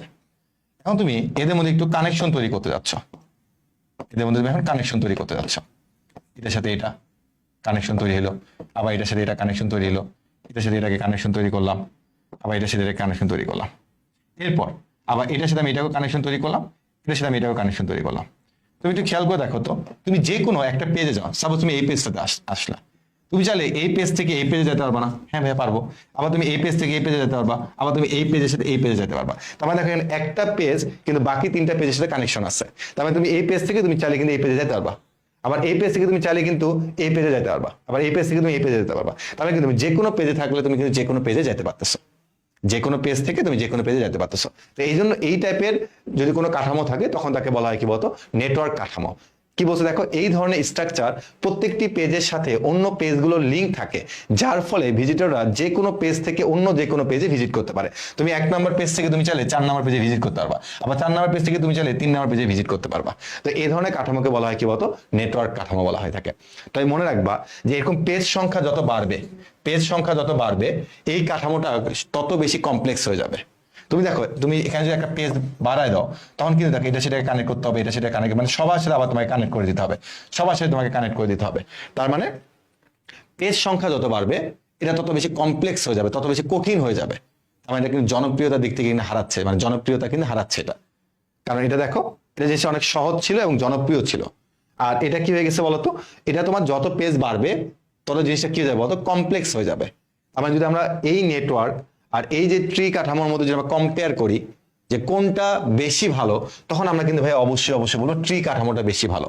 কারণ এখানে তুমি চাইলে আরো পেজ বাড়াতে পারবা, কোনো কমপ্লেক্স তৈরি হবে না। বাট এখানে যখন তুমি পেজ বাড়াবা তখন কিন্তু এটা কমপ্লেক্স আরো বাড়বে, ঠিক আছে। তো এটাকে আমরা বলছি কি বলতো, নেটওয়ার্ক বা ওয়েব লিঙ্ক কাঠামো। এরপর আসি আমরা মিশ্র বা হাইব্রিড কাঠামো, বা তুমি একে কম্বিনেশনও বলতে পারো, কম্বিনেশনও বলতে পারো, তুমি কম্বিনেশনও বলতে পারো। এটা কি দেখো, যে 2 বা ততোধিক কাঠামোর সমন্বয়ে যে কাঠামো তৈরি হয় তাকে বলা হয় হাইব্রিড কাঠামো বা মিশ্র কাঠামো। বড় প্রতিষ্ঠানের ক্ষেত্রে এই কাঠামো তৈরি করা হয়ে থাকে। এই কাঠামো তৈরি কিছুটা জটিল হলেও সবচেয়ে বেশি সুবিধা পাওয়া যায় এই কাঠামো থেকে। তার মানে আবার সবগুলো কাঠামোর মধ্যে সবচেয়ে বেশি যদি তুমি সুবিধা পেতে চাও তাহলে তোমাকে অবশ্যই হাইব্রিডে যাইতে হবে। দেখো আমরা কিন্তু মানে এখন কিন্তু গ্রামের দিকেও কিন্তু হাইব্রিড ফলন চাষ করা শুরু করছে। কারণ কি, কারণ হাইব্রিডের সুবিধা বেশি থাকে, দ্রুততার সাথে বড় হয়, কম খরচ হয়, দ্রুত তোমার বাজারজাত করতে পারে, সবকিছু মিলে তার একটা সুবিধা পায়। একই রকম ভাবে ওয়েবসাইটের ক্ষেত্রে তুমি যদি হাইব্রিড ওয়েবসাইট তৈরি করতে পারো তাহলে তুমি অবশ্যই কি ফ্যাসিলিটি বেশি পাবা। আর হাইব্রিড ওয়েবসাইটে তুমি কিভাবে তৈরি করবা, তুমি পেছনে কয়েকটা কাঠামো দেখে আসছো না, ওই কাঠামোগুলোকে তুমি যদি মিক্সড করে যদি কোনো একটা কাঠামো দাঁড়া করাতে পারো তাহলে তুমি অবশ্যই ওইখান থেকে তুমি বেশি সুবিধা পাবা। তো তার নাম হচ্ছে কি বলতো, মিশ্র বা হাইব্রিড কাঠামো। তাহলে আমরা যদি এরকম একটা হাইব্রিড কাঠামো যদি তৈরি করতে চাই তাহলে ব্যাপারটা কি হয় একটু দেখো। আমি প্রথমে একটা হোম পেজ নিলাম, তারপর এখানে একটা নিলাম, তারপর এখানে একটা নিলাম, তারপর এখানে একটা নিলাম, এরপরে আমি আবার এখানে নিলাম, এখানে নিলাম একটা, এখানে একটা, এখানে একটা, এখানে একটা। একটু এখন খেয়াল করে দেখো যে এটা আমার হোম পেজ থেকে আমি এখানে গেলাম, এখানে আসলাম, আবার এখানে আসলাম। এবার আমি হচ্ছে এই জায়গা থেকে আমি এখানে আসলাম, আসার পর আমি এদিকে গেলাম, এদিকে গেলাম, এদিকে গেলাম, এদিকে গেলাম, আবার আমি এদিকে আসতেছি, এদিকে আসতেছি। তারপরে একটু এখন খেয়াল করে দেখো তো যে আমার এতটুকুর নাম কি, এতটুকু আমার কি ট্রি কাঠামো না? এটা হচ্ছে আমার কি বলতো ট্রি কাঠামো। আমি একটু দিয়ে দিই যে এটা হচ্ছে আমার ট্রি কাঠামো, ট্রি কাঠামো, ট্রি কাঠামো, কাঠামো, এটা আমার ট্রি কাঠামো। আর নিচেরটা আমার কি কাঠামো একটু বলো তো? এটা হচ্ছে আমার ট্রি কাঠামো। আর নিচেরটা আমার কি কাঠামো একটু বলো তো? আমরা প্রথমে কি একটা কাঠামো দেখে আসছিলাম না, যার নাম হচ্ছে কি বলতো লিনিয়ার বা সিকুয়েন্সিয়াল কাঠামো। তো আমরা এটা এখানে কি বলবো তো লিনিয়ার। এটা হচ্ছে আমার কি লিনিয়ার, লিনিয়ার। আমরা দেখো এখানে আমার দুইটা কাঠামো যুক্ত হয়েছে, লিনিয়ার কাঠামো। তুমি চাইলে এখানে আরো কাঠামো তৈরি করতে পারো, লিনিয়ার কাঠামো থেকে তুমি এখন এখানে গিয়ে একটা নেটওয়ার্ক কাঠামো তৈরি করে ফেলো। তার মানে সবগুলো কাঠামোকে আমরা একসাথে কি বলতেছি বলতো? হাইব্রিড বা মিশ্র কাঠামো বলতেছি। তার মানে এটা হচ্ছে আমাদের একটা হাইব্রিড কাঠামো। তার মানে বুঝতে পারছো যে হাইব্রিড কাঠামো কিভাবে তৈরি হয়, যে তোমার দুই বা ততোধিক কাঠামোর সমন্বয়ে তুমি যদি নতুন কোনো কাঠামো তৈরি করতে পারো তখন তাকে তুমি কি বলবা? হাইব্রিড কাঠামো বলে থাকবা।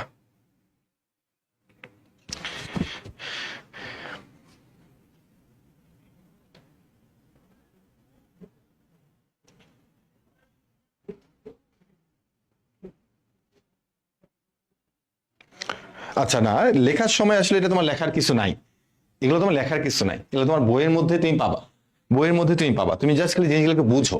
মানে এখানে তোমাকে আরো অনেক কিছু যুক্ত করতে হবে, এই কথাগুলোকে তুমি একটু বাড়ায় বাড়ায় লিখবা যখন তোমাকে প্রশ্ন তারা বলবে। খালি তুমি জিনিসটা একটু বোঝার চেষ্টা করো, জিনিসটা বুঝতে পারলেই চলবে। ঠিক আছে, এই নিয়ে ওকে। তাহলে আমি এটাকে আরেকটু রিপিট করতেছি, দেখো কাঠামোগুলা 4 ধরনের কাঠামো। একটা হচ্ছে লিনিয়ার কাঠামো, একটা হচ্ছে তোমার ট্রি কাঠামো, আরেকটা হচ্ছে তোমার নেটওয়ার্ক কাঠামো, আরেকটা হচ্ছে তোমার মিশ্র বা হাইব্রিড কাঠামো। 4টা কাঠামো। এবং এই 4টা কাঠামো থেকে আমাদের ক বা খতে প্রশ্ন আসে না, আসে কি গ বা ঘতে। এখন তোমাকে উদ্দীপকে তারা কাঠামোটা দিয়ে দিবে, তোমাকে ওখান থেকে খুঁজে বের করতে হবে এটা কোন কাঠামো, তখন তুমি ওই কাঠামো নিয়ে একটু কথাবার্তা বলবা। বাট তোমার প্রশ্ন আগে বুঝে নিতে হবে যে প্রশ্নে কোন কাঠামোর কথা বলতেছে। প্রশ্ন যদি বুঝতে না পারো লিখবা আর কি। যদি প্রশ্ন দেখে একটু বুঝতে পারো যেটা হাইব্রিড কাঠামো, তখন তুমি হাইব্রিড নিয়ে কথাবার্তা বলতে পারবা। আমি যা বলছি ওগুলাই লিখে দাও বাংলাতে, বুঝতে পারছো? বাংলাতে তোমরা লিখে করতে খুব সুন্দর করে বানায় বানায় লিখতে পারো। তো এখানে কিছু কিছু জিনিস বানায় লিখবা, আবার বানায় লিখতে আবার ধরা খায় না। ঠিক আছে, তো এখন আমরা কিছু সৃজনশীল দেখবো যেগুলো সাধারণত আমাদের বোর্ড পরীক্ষাতে আসছিল, সিকিউ সলভিং। এই মানে ক আর খ আমি দেখাচ্ছি না, কিন্তু আমি তোমাকে মূলত গ আর ঘ গুলা দেখাচ্ছি। প্রথমটা একটু খেয়াল করে দেখো, আমি তোমাদেরকে বলবো যে তোমরা একটু আগে নিজের একটু পড়ে দেখো যে হাবিবের ওয়েবসাইটটি কাঠামো বর্ণনা করা আমাকে দরকার নাই। তুমি শুধু আমাকে বলো যে হাবিব এখানে যে ওয়েবসাইটটার কাঠামোর কথা বলছে, এই ওয়েবসাইটটা দ্বারা আসলে এই কাঠামোটা আসলে কোন কাঠামোকে বোঝাচ্ছে। তুমি আমাকে জাস্ট কমেন্ট করে এতটুকু বলো, তারপর আমি হচ্ছে তোমাকে বুঝাচ্ছি। তুমি খালি এটা একটু পড়ো, পড়ার পরে আমাকে বর্ণনা করা দরকার নেই, তুমি খালি বলো এখানে আসলে কোন কাঠামোটার কথা বলছে। কমেন্টে একটু জানাই দাও এখানে কোন কাঠামোর কথা বলছে। ওই কাঠামোর কথা তুমি যদি বুঝতে পারো তাহলে তুমি ওটা নিয়ে অনেক কিছু লিখে আসতে পারবা। এবং এটা লেখার জন্য তুমি অবশ্যই তোমার বই ফলো করতে পারো, তোমার গাইড ফলো করতে পারো, আমাদের প্র্যাকটিস শিটও তুমি দেখতে পারো।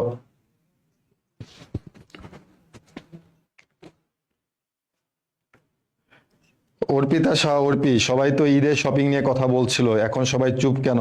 তোমার কি ঈদের শপিং নিয়ে কি এখনো কথা বলার ইচ্ছা আছে? হ্যাঁ, আজকেও এসটিএমএল ফিনিশ না, আজকে এসটিএমএল ফিনিশ হচ্ছে না ভাইয়া। ভাই অ্যাটেনশন ধরে রাখার জন্য কি করা যায়? অনেক কঠিন কথা বলছো তুমি আমাকে। একজন বলছে ভাই দেখা যায় না, হ্যাঁ একটু কাটা পড়ছে, আমি এটা ঠিক করে দিচ্ছি, কাটা নিও না, আমি এটা ঠিক করে দিচ্ছি। একটু কাটা পড়ছে, ওটা আমি ঠিক করে দিচ্ছি।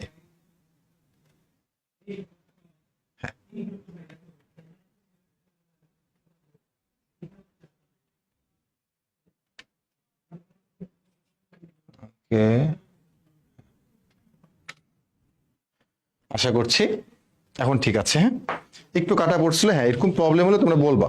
গুড, সবাই ট্রি লিখতেছ। কি অবস্থা ভাই, ভালো? এই তো দেখো কি বলছে, হাবিব একটি ওয়েবসাইট তৈরি করলো যার হোম পেজের সাথে আমার একটা হোম পেজ লাগবে, যে একটা হোম পেজ, ধরুন এটা হচ্ছে আমার সেই হোম পেজটা।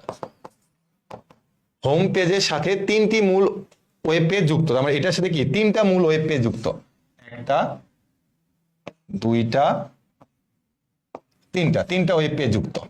ঠিক আছে, আমি একটু এইভাবে যুক্ত করে দিই আমার মতো করে, বাঁকা তারা হইতে পারে। 3টা ওয়েব পেজ যুক্ত। এরপর কি বলছে, আবার প্রতিটি মূল পেজের সাথে 2টি করে ওয়েব পেজ সংযুক্ত। তার মানে এগুলোর সাথে আবার 2টা করে তোমার কি বলতো পেজ সংযুক্ত আছে, দুইটা করে যুক্ত আছে, দুইটা করে যুক্ত আছে। এটার সাথে আবার কি দুইটা যুক্ত আছে, এটার সাথে হচ্ছে দুইটা যুক্ত আছে, এটার সাথে কি দুইটা যুক্ত আছে। এখন বলছে এটার নাম কি, তোমরাই বলো, তার এই কাঠামোটার নাম কি বলো। তার এই কাঠামোটার নাম হচ্ছে ট্রি কাঠামো। তার মানে দেখো তুমি হলো এই চিত্রটা একটু সুন্দর করে অঙ্কন করে দিলা, অঙ্কন করে লেখার পর লিখবো যে হাবিবের এই ওয়েবসাইটটি কাঠামোর নাম হচ্ছে ট্রি কাঠামো। এবার তুমি ট্রি কাঠামো নিয়ে একটু কথাবার্তা বললা, এবং এই কথাবার্তাগুলোর জন্য তুমি গাইডে হেল্প নিতে পারো, আমাদের প্র্যাকটিস শিটে হেল্প নিতে পারো, তোমার বইয়ে হেল্প নিতে পারো, যে কোনো ভাবে হেল্প নিতে পারো। আমার দায়িত্ব হচ্ছে তোমাকে শুধুমাত্র বুঝাই দেওয়া যে এটা ট্রি কাঠামো, ঠিক আছে। এরপর এখানে একটু সম্পন্ন করতে হবে।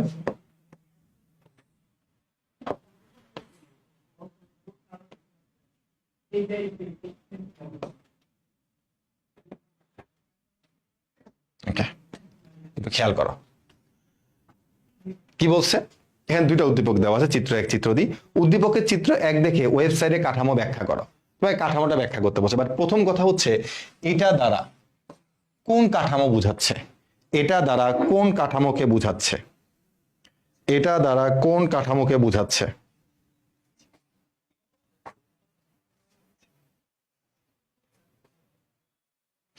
এটা দ্বারা কোন কাঠামো বুঝাচ্ছে একটু কমেন্ট করো।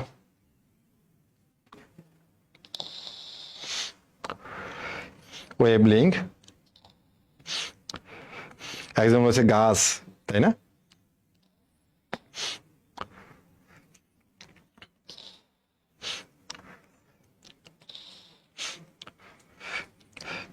নেটওয়ার্ক, তার মানে এটা দ্বারা হচ্ছে আমরা এই যে শিখছিলাম, দেখো আমাদের এটা নেটওয়ার্ক বা ওয়েব লিঙ্ক কাঠামো। তার মানে আমরা এটা দ্বারা হচ্ছে নেটওয়ার্ক বা ওয়েব লিঙ্ক কাঠামোটাকে বুঝি। তারপর নেটওয়ার্ক বা ওয়েব লিঙ্ক তুমি যাই বলো না কেন, ঠিক আছে। এখন তুমি ওটা নিয়ে একটু ব্যাখ্যা দিয়ে দিবা এখানে। এরপরে তোমরা একটু বলো যে চিত্র 1 কোন ধরনের ওয়েবসাইট স্ট্রাকচার ব্যবহার করা হয়েছে ব্যাখ্যা করো। আগে তোমাকে বলছে করা হয়েছে, মানে কোনটা ব্যবহার করা হয়েছে, তারপর তাকে নিয়ে তোমাকে একটু ব্যাখ্যা দিতে হবে।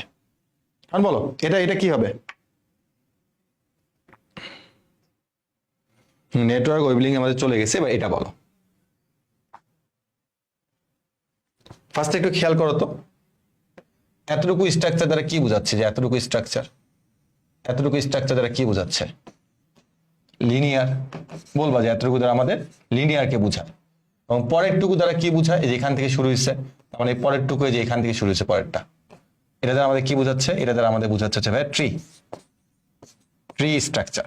তার মানে এখন এই লিনিয়ার আর হচ্ছে ট্রি যোগ করলে কি পাওয়া যায়, যোগ করলে হচ্ছে ভাই আপনার মিশ্র বা হাইব্রিড স্ট্রাকচার।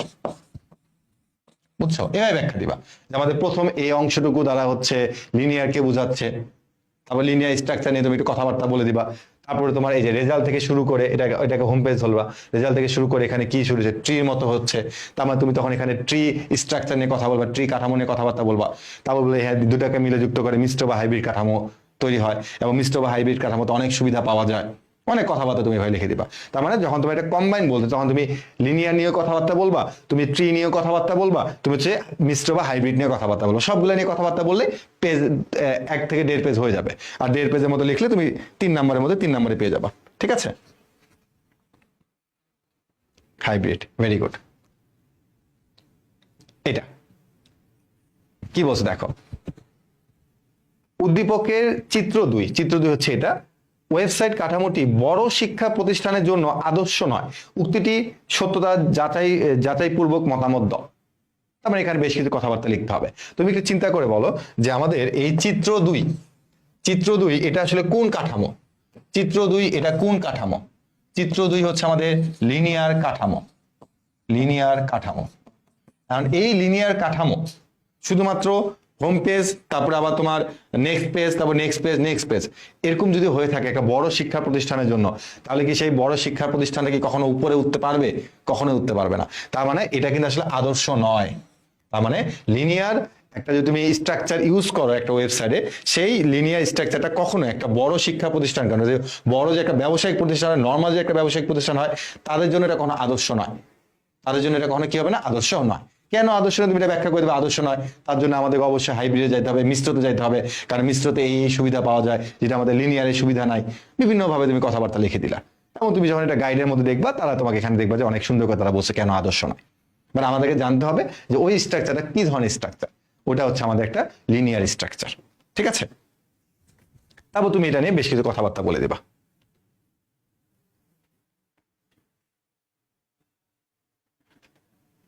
আচ্ছা, এবার কি বলছে দেখো, শুধুমাত্র HTML ব্যবহার করে চন্দনা মডেলের একটি ওয়েবসাইট তৈরি করা হয়েছে। আচ্ছা, এটা তো আমাদের HTML এর সাথে কানেক্টেড, তো এটা আমি বাদ দিয়ে দিলাম, আপাতত একটু বাদ দিই, এটা আমরা HTML ওখানে শিখবো। আরেকটা সিকিউ আছে লাস্ট। দেখো, এটা হলো আমাদের দৃশ্যকল্প 2, এটা হচ্ছে আমাদের দৃশ্যকল্প 3। তাহলে দৃশ্যকল্প 2টা কি? ট্রি। দৃশ্যকল্প হচ্ছে এটা হচ্ছে আমাদের কি ট্রি। আর পয়েন্টটা আমাদের কি, ওয়েবসাইট ভিজিট করে রাজীব দেখে যে ওয়েবসাইটটি যে কোনো পেজ থেকে যে কোনো পেজে যাওয়া যায়। এটা হচ্ছে আমাদের কি তোমার নেটওয়ার্ক। বলছে দৃশ্যকল্প 2 এবং দৃশ্যকল্প 3 এ প্রতিফলিত ওয়েবসাইটের কাঠামোর মধ্যে কোনটি অধিক সুবিধাজনক? তোমার উত্তরের পক্ষে যৌক্তিক ব্যাখ্যা দাও। তো আমি তোমাকে প্রথমে একটা কথা বলছিলাম যে যদি আমাদের পেজ সংখ্যা এখানে বৃদ্ধি পায় তখন এটা কমপ্লেক্স হবে। যদি পেজ সংখ্যা বৃদ্ধি পায় তখন এটা কমপ্লেক্স হবে, বাট আদারওয়াইজ কিন্তু এটা কিন্তু কমপ্লেক্স না। 4টা পেজ থাকলে কিন্তু কমপ্লেক্স না। বাট এটা ক্ষেত্রে তুমি একটু চিন্তা করে দেখো যে তুমি আগে হোম পেজে যাবা, তারপর তুমি একটা ক্লিক করে তুমি এখানে আসবা, তারপর তুমি যদি এখানে চলে যাও তাহলে এখান থেকে তুমি চাইলেও কিন্তু এই পেজে তুমি যাইতে পারবে না। একটু খেয়াল করে দেখো, তুমি হোম পেজ থেকে ক্লিক করছো, তারপর তোমার 3টা আসছে, তুমি এখানে ক্লিক করে তুমি চলে গেছো এই জায়গাটাতে, 2 এ চলে গেছো। আর তুমি 2 তে যাওয়ার পরে তুমি চাইলেও কিন্তু ভাই এই সাবে আসতে পারবে না, বা 2 তে ক্লিক করার পর তুমি চাইলেও কিন্তু 6 এ আসতে পারবে না, ওই নাম্বার পেজে তুমি আসতে পারবে না। কিন্তু এই জায়গাটা খেয়াল করে দেখো যে তুমি এখান থেকে তুমি এখানে চলে আসছো, তুমি চাইলে কিন্তু এখান থেকে এখানে আসতে পারবা, এখান থেকে এখানে যেতে পারবা। তার মানে তুমি কিন্তু খুব কুইক তুমি কিন্তু এক পেজ থেকে আরেক পেজে মুভ করতে পারবা। তো এখানে তারা কি বলছে তোমাকে একটু খেয়াল করে দেখো, তারা তোমাকে এটাকে এখানে প্রায়োরিটি দিচ্ছে যে দৃশ্যকল্প 2 এবং দৃশ্যকল্প 3 তে প্রতিফলিত ওয়েবসাইটে কাঠামোর মধ্যে কোনটি অধিক সুবিধাজনক? তোমার উত্তরের পক্ষে যৌক্তিক দাও। আর এইখানে কি বলছে দেখো, যে এইখানে সে ক্লিক করার পর ওয়েবসাইটে ভিজিট করে রাজীব দেখে যে ওয়েবসাইটটি যে কোনো পেজ থেকে অন্য যে কোনো পেজে যাওয়া যায়। তার মানে সে তার কথা শুনে বোঝা যাচ্ছে যে এইটাতে বেশি সুবিধা, কারণ সে যে কোনো পেজ থেকে আরেকটা পেজে ধুপধাপ করে চলে যাচ্ছে। তার রাজীব খুব খুশি হয়ে গেছে, এবং আমি 1 নম্বর পেজ থেকে আমি চাইলে এখন 10 নম্বর পেজে যেতে পারছি, আবার 10 থেকে আমি 2 আসতে পারছি, আমি 2 থেকে আবার 5 আসতে পারতেছি। আবার এটার কথা একটু খেয়াল করে দেখো, সে পেজ নাম্বার 2 আছে, হোম পেজ আছে, সে এখানে চলে আসছে, এটাতে চলে আসছে, 2.1 নাম্বার পেজে আসছে। সে চাইলেও সে কিন্তু এই পেজে যেতে পারতেছে না। তো এখানে এটাই ফোকাস করা হয়েছে যে এ হচ্ছে এক পেজ থেকে আরেক পেজে ধুমধাম করে যেতে পারতেছে, কিন্তু এখানে তুমি যদি একবার 2.1 পেজে চলে আসো, তুমি চাইলে আর পেজ 1 এ যেতে পারবে না। তার মানে এখান থেকে আমরা বুঝতেছি যে না, তারা এটাকে বলতেছে বেশি সুবিধাজনক, এটাকে কম সুবিধাজনক। তখন আমরা হ্যাঁ এটা হলো বেশি সুবিধাজনক, এটা কম সুবিধাজনক। তখন তুমি এটাই বলে দিবা যে হ্যাঁ, এখানে 2.1 নাম্বার পেজে গেলে সে চাইলেও পেজ নাম্বার 1 এ আসতে পারবে না, তাকে ব্যাক করে পেজ 2 তে যেতে হবে, পেজ 2 থেকে দেন তাকে পেজ 1 এ যেতে হবে। এভাবে তুমি তখন তোমার মতামত গুলো দিবা। আর এখানে কি হচ্ছে, এখানে তুমি সে চাইলে এক পেজ থেকে আরেক পেজে যেতে পারবে, এই আর কি।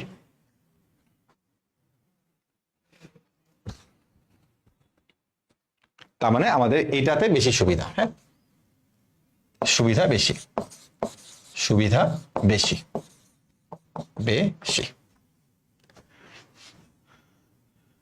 এবার আমরা চলে এসেছি IP address, domain name, URL, protocol. এবং আমরা কিন্তু দেখছিলাম হ্যাঁ 3 নম্বরের সুবিধা বেশি। এবং আমরা এর আগে দেখছিলাম যে টাইপ নাম্বার 4টা আমাদের কিসের জন্য ইম্পর্টেন্ট? টাইপ নাম্বার 4 গেল কই? টাইপ নাম্বার 4 হচ্ছে আমাদের ক এবং খ এর জন্য, জ্ঞানমূলক এবং অনুধাবনমূলক সবচেয়ে ইম্পর্টেন্ট ছিল কিন্তু টাইপ নাম্বার 4। বা টাইপ নাম্বার 4 কিন্তু আমাদের খ বা গ বা ঘ এর জন্য ইম্পর্টেন্ট না, শুধুমাত্র ক বা খ এর জন্য ইম্পর্টেন্ট। তো বুঝতে পারতেছি যে এখানে আমাদেরকে খুব বড় বড় প্রশ্ন আমাদের এখানে আসবে না, ছোট ছোট প্রশ্ন আসবে। সেই জন্য আমাদের এখান থেকে অনেক বেশি ইনফরমেশন জানতে হবে। চলো আমরা সেই ইনফরমেশনগুলোকে এক এক করে জানি। এই যেখানে অনেকগুলো ইনফরমেশন দেওয়া আছে। প্রথমত হচ্ছে তোমাকে আইপি এর পূর্ণ রূপটা জানতে হবে। যে কোনো সময় এটা এমসিকিউতে চলে আসবে বা কতেও চলে আসতে পারে। আইপি এর ফুল মিনিং কি? আইপি এর ফুল মিনিং হচ্ছে ইন্টারনেট প্রোটোকল।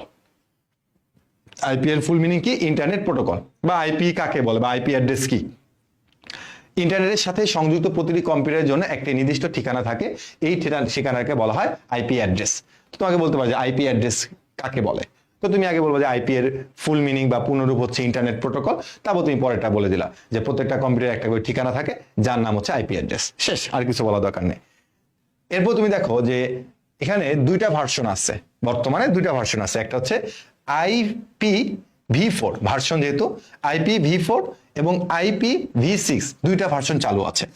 এমসিকিউতে আসতে পারে যে আইপি অ্যাড্রেস কয়টা চালু, আইপি অ্যাড্রেসের ভার্সন কয়টা, তুমি বলো দুইটা, একটা হচ্ছে 4, একটা হচ্ছে কত 6। এরপর দেখো IPv4, এই IPv4 এ হচ্ছে যে বিটটা ইউজ করা হয়, যেটা তোমরা হচ্ছে অলরেডি তৃতীয় অধ্যায়ে শিখে আসছো, যে বিটটা ইউজ করা হয় সেটা হচ্ছে 32 বিট, অথবা তাকে বাইটে রূপান্তর করলে 4 বাইট, কারণ 8 বিট মিল হচ্ছে 1 বাইট হয়ে থাকে, অথবা তুমি তাকে 4 অক্টেটও বলতে পারো। 32 বিট অথবা 4 বাইট অথবা কি 4 অক্টেট বলতে পারো।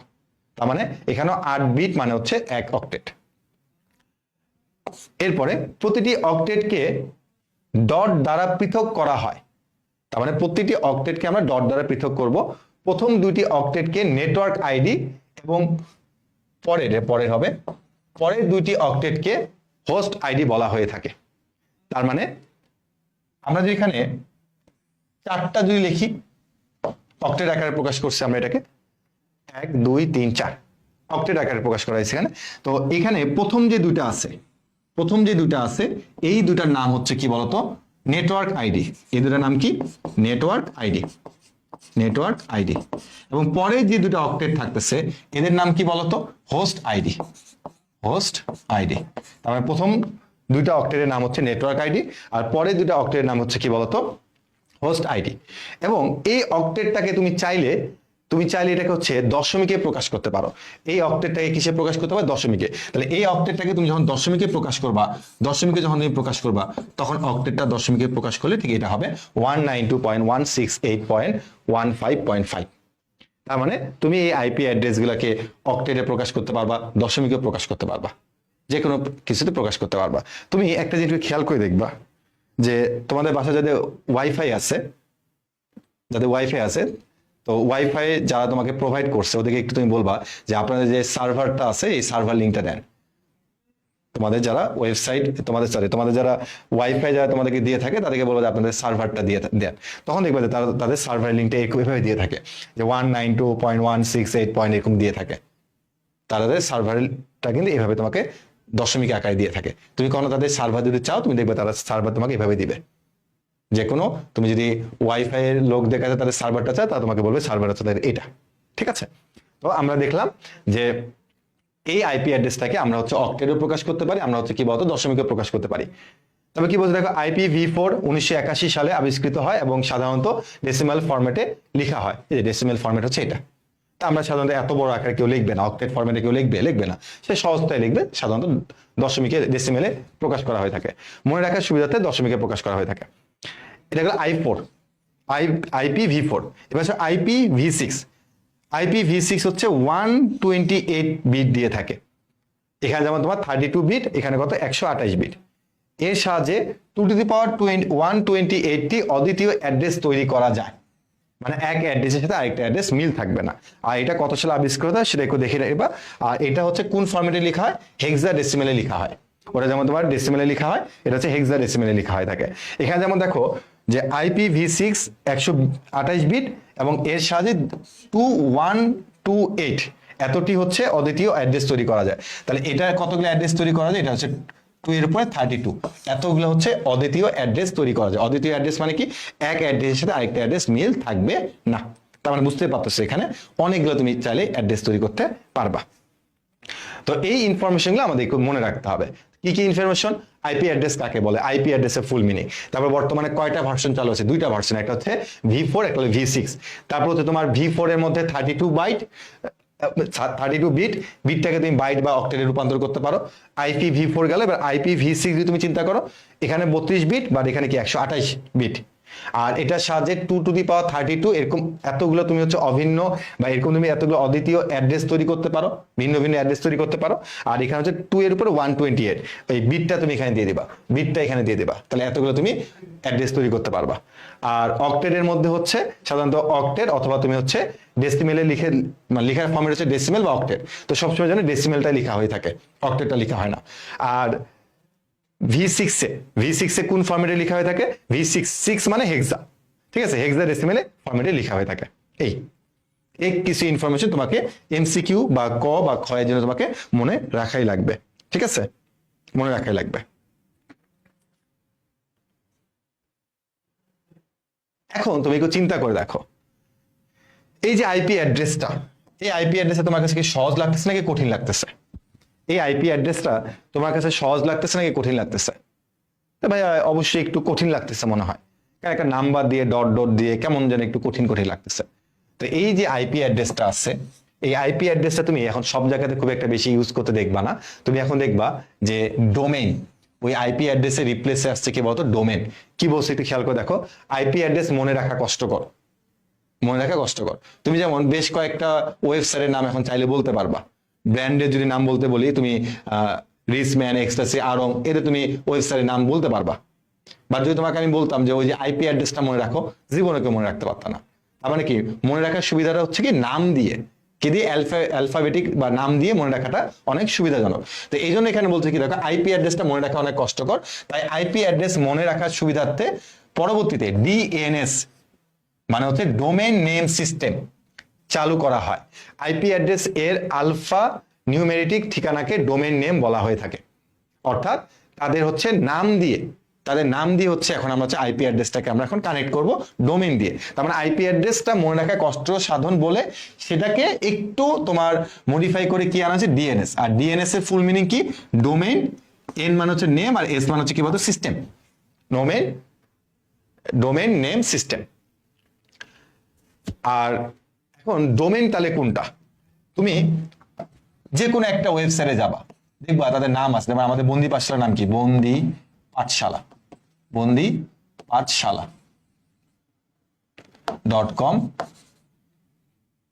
.com.bd, বন্দি পাঠশালা .com.bd। তো এটার কিন্তু কোনো আইপি অ্যাড্রেস নাই, তুমি দেখো এটা কিন্তু কোনো আইপি অ্যাড্রেস নাই, এটা একটা কি আছে? নাম আছে। তো এই নামটাকেই, পুরো নামটাকে বলা হচ্ছে কি বলতো? ডোমেইন বলা হচ্ছে। কি বলা হচ্ছে? ডোমেইন বলা হচ্ছে।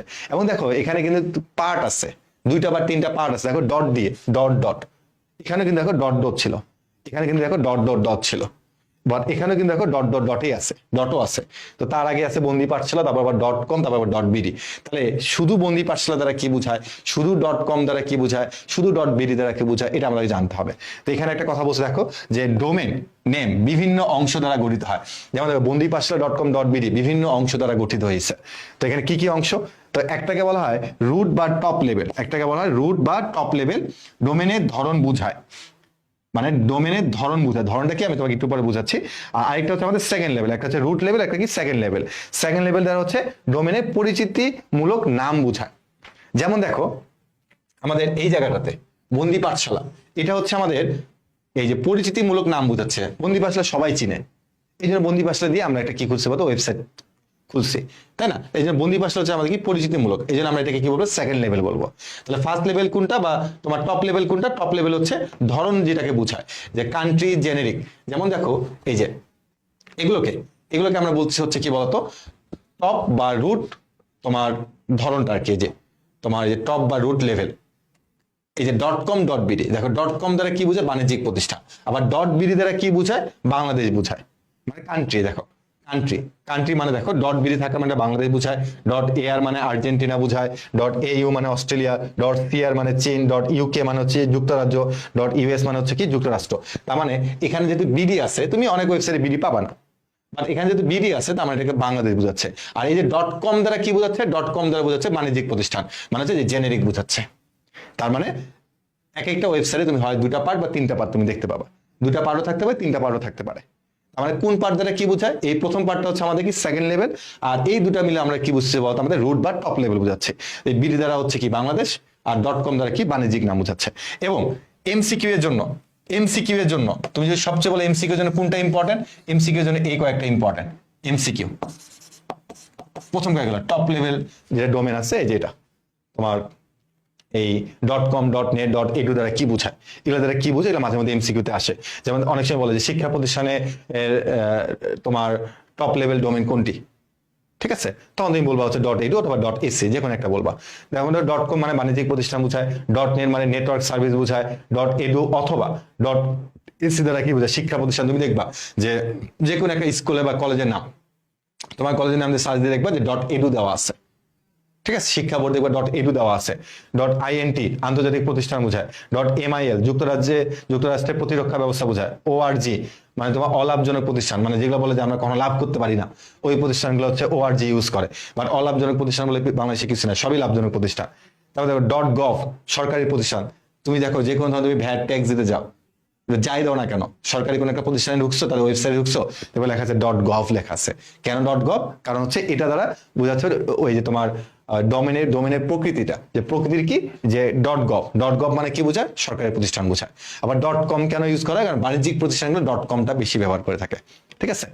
আবার যদি কখনো তুমি শিক্ষা প্রতিষ্ঠান, বাংলাদেশে অনেক শিক্ষা প্রতিষ্ঠান আছে, তাদের ক্ষেত্রে .edu ইউজ করবা। আবার আন্তর্জাতিক প্রতিষ্ঠান যদি থাকে তারা আবার .international INT ইউজ করে থাকে। তাহলে আসলে কোনটা দ্বারা কোন প্রতিষ্ঠানকে বোঝায় বা ডোমেনের প্রকৃতিটা কিরকম হবে, এটা কি বোঝায়, এগুলো কিন্তু এমসিকিউতে খুব বেশি আসে।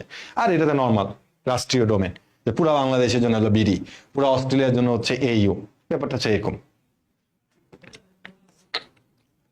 এবার একটু খেয়াল করে দেখো, ডোমেইন নেম নিয়ন্ত্রণকারী প্রতিষ্ঠান হলো ICANN।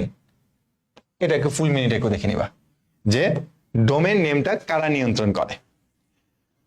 ডোমেইন নেমের বিভিন্ন অংশকে পৃথক করার জন্য ডট ব্যবহার করা হয়ে থাকে। আমরা একটু আগে দেখলাম ডট ব্যবহার করা হয়েছে। ডোমেইন নেম কখনো ডুপ্লিকেট হয় না, একটু আগে বলছিলাম যে ডোমেইন নেম কখনো ডুপ্লিকেট হবে না। তো একটু আগে আমরা দেখলাম যে এটুক দ্বারা বন্দি ভাষায় পরিচিতি বোঝায়, পরিচিতি বোঝাচ্ছে, ঠিক আছে? .com এটা কি? প্রকৃতি বোঝাচ্ছে, যে তার কি প্রকৃতি, ব্যবসায়িক প্রকৃতি। আর .bd দ্বারা কি বোঝাচ্ছে? কান্ট্রি বা রাষ্ট্র বোঝাচ্ছে, আমরা দেখো প্রত্যেকটা পার্টেরই কিন্তু ব্যাখ্যা আছে, ঠিক আছে? এটা নিয়ে একটা কি তৈরি হচ্ছে বলতে, আমাদের ডোমেন তৈরি হচ্ছে। একটু কি বুঝতে পারছো? এতটুকু কি বুঝতে পারছো?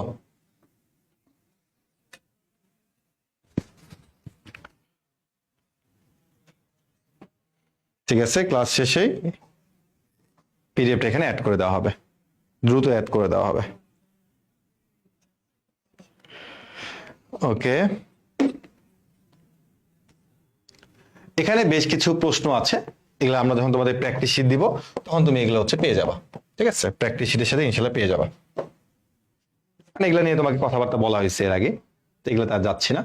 এরপর চলে আসি, ইউআরএল বলতে আসলে কি বোঝায়? ইউআরএল কোনটা? ডোমেন গেল শুধুমাত্র হচ্ছে ওয়েবসাইটের নাম, কিন্তু এবার আসে ইউআরএল।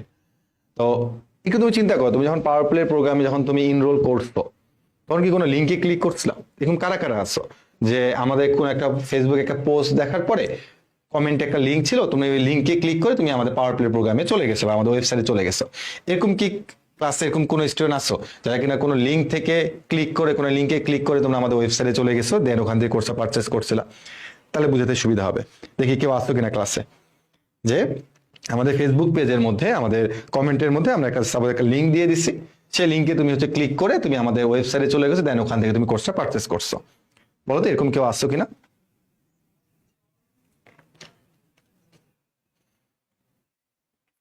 একজন লিখছে আমি আছি, আমি। ওকে, এছাড়াও তোমরা কিন্তু অনেক সময় বলো ভাই লিঙ্ক দেন। এই যে তোমরা লিঙ্ক চাও, এটা অ্যাকচুয়ালি আমরা কিন্তু ইউআরএল বলে থাকি, তাই না? জি, গুড, ডান। তার মানে তোমরা যে কোনো ধরনের ইউটিউবের লিঙ্ক বলো বা যে কোনো কিছু লিঙ্ক বলো, তো এটাকে আমরা সাধারণত কি বলতে থাকি? বলতে ইউআরএল বলে থাকি। কি বলে থাকি? ইউআরএল। আর ইউআরএল ফুল মিনিংটা তোমাকে অবশ্যই জানতে হবে। ইউআরএল এর ফুল মিনিংটা তোমাকে জানতে হবে। দেখো তো ইউআরএল এর ফুল মিনিংটা কি? যে ভাইয়া ইউনিভার্সাল বা ইউনিফর্ম যে কোনো একটা বলতে পারো রিসোর্সেস লোকেটর। তো এটা হচ্ছে কি বলতো ইউআরএল ফুল মিনিং, যে কোনো সময় কতে চলে আসতে পারে, আবার এমসিকিউতে তোমাকে দিতে পারে, সেটা ফুল মিনিং তোমাকে মনে রাখতে হবে।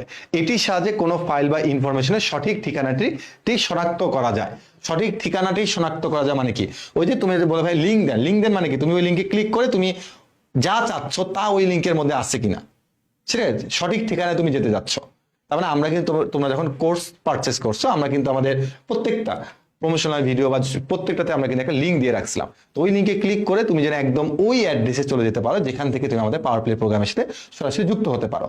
ঠিক আছে, এটাকে বলা হচ্ছে ইউআরএল লিঙ্ক। তো এই ইউআরএলটা হচ্ছে তিনটি অংশ দ্বারা গঠিত। কয়টি অংশ দ্বারা গঠিত? তিনটি অংশ। একটা হচ্ছে প্রোটোকল, একটা হচ্ছে হোস্ট নেম, আর একটা হচ্ছে তোমার কি বলতো ডিরেক্টরি পাথ বা তোমার ডিরেক্ট পাথ, তুমি যেটাই বলতে পারো। তো কোনটা দ্বারা চলো কি বুঝাই একটু দেখি আমরা। প্রথমে এই যে HTTP ডাবল স্ল্যাশ, এটা দ্বারা আমরা কি বুঝি? এটা দ্বারা আমরা বুঝি হচ্ছে প্রোটোকল। এটা দ্বারা আমরা কি বুঝি? প্রোটোকল বুঝে থাকি। প্রথম পার্টটুকু হচ্ছে আমাদের কি প্রোটোকল। এরপর আসে পরেরটা www.bondipassla.com, এই পর্যন্ত। এটাকে আমরা বলবো হোস্ট নেম, মানে কি বন্দিপাসলা নাম না? বন্দিপাসলা অবশ্যই কি হোস্ট নেম, তার মানে এটার নাম হচ্ছে কি বলতো হোস্ট নেম। এবং লাস্টে যেটা পাওয়ার প্লে 25, হোস্ট নেমের পরে পাওয়ার প্লে 25, এটাকে তোমরা কি বলবা বলতো? Direct path. অর্থাৎ তোমার আসল যে ঠিকানাটা তুমি সেখানে চলে গেছো। তার মানে প্রথমটা হচ্ছে আমাদের প্রোটোকল, পরেরটা হচ্ছে আমাদের কি বলতো হোস্ট নেম, এবং লাস্টেরটা হচ্ছে আমাদের কি পাথ বা আমাদের যেটা আসল গন্তব্য সেটা। বা যদি আমি তোমাকে এই পাথটা না দিতাম, তুমি শুধুমাত্র বন্দিপাসলার ওয়েবসাইটে থাকতা, সবগুলা মাঝখানে থাকতা, কিন্তু তোমার আসল জায়গায় যদি তুমি যেতে চাও তাহলে তোমাকে অবশ্যই এই পাওয়ার প্লে 25 এই পর্যন্ত তোমাকে যেতে হবে।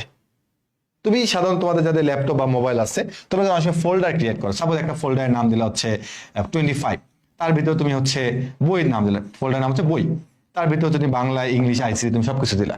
তো একজন যদি চায় যে আমাকে তুমি বাংলা আর বাংলা ম্যাথের ম্যাট্রিক্স এই চ্যাপ্টারটা লিঙ্কটা দাও, তখন তুমি কি তাকে এই পুরো বইটা লিঙ্কটা দিবা, নাকি তুমি হচ্ছে এইটার ভেতরে যে আরো যে ছোট ছোট যে ফোল্ডারগুলো আছে তুমি লাস্ট ফোল্ডারের লিঙ্কটা তাকে দিবা না?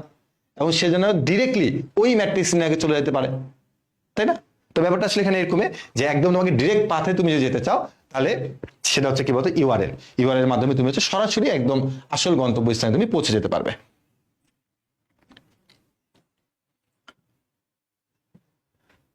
এখানে কিছু ব্যাখ্যা দিছে, প্রোটোকল কাকে বলে, তারপর যে এফটিপি কি বোঝায়, হ্যাঁ সবকিছু এখানে দিয়ে দেওয়া আছে। তো তুমি একটু সংজ্ঞাগুলোকে দেখে নিবা যে সার্ভার ও ক্লায়েন্টের মধ্যে ডাটা আদান প্রদানের নিয়ামককে বলা হচ্ছে কি বলতো, এখানে নিয়মকে বলা হচ্ছে প্রোটোকল বলা হয়ে থাকে। আর এখানে তোমরা অনেক সময় বলো যে ভাইয়া এখানে হচ্ছে HTTP double slash HTTP S আবার ডাবল স্ল্যাশ, তাহলে এই এসটা দ্বারা কি বোঝায়? এটা বলছে সিকিউরিটি। তুমি যদি কখনো একটু হাই সিকিউরিটি চাও, তোমার অনেক সিকিউরিটির প্রয়োজন আছে, তখন তুমি একটা এস ইউজ করবা। আর আমরা সাধারণত কিন্তু HTTP ডাবল স্ল্যাশটা ইউজ করে থাকি।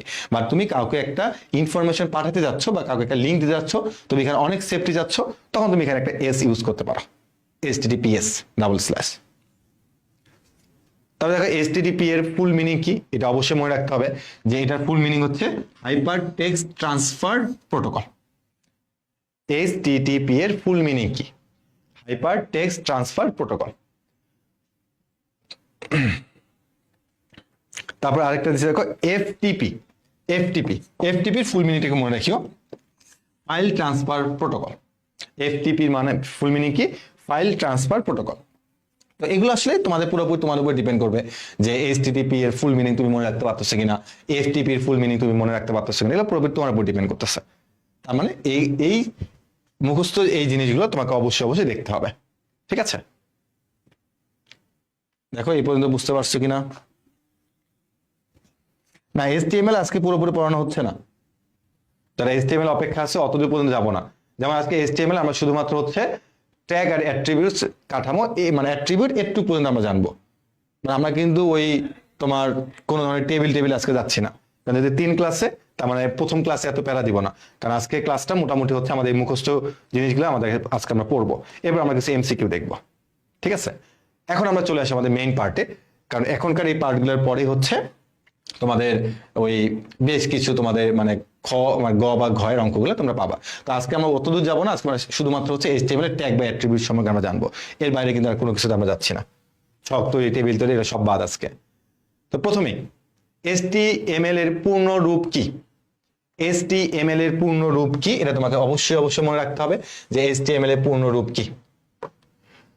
Hypertext markup language.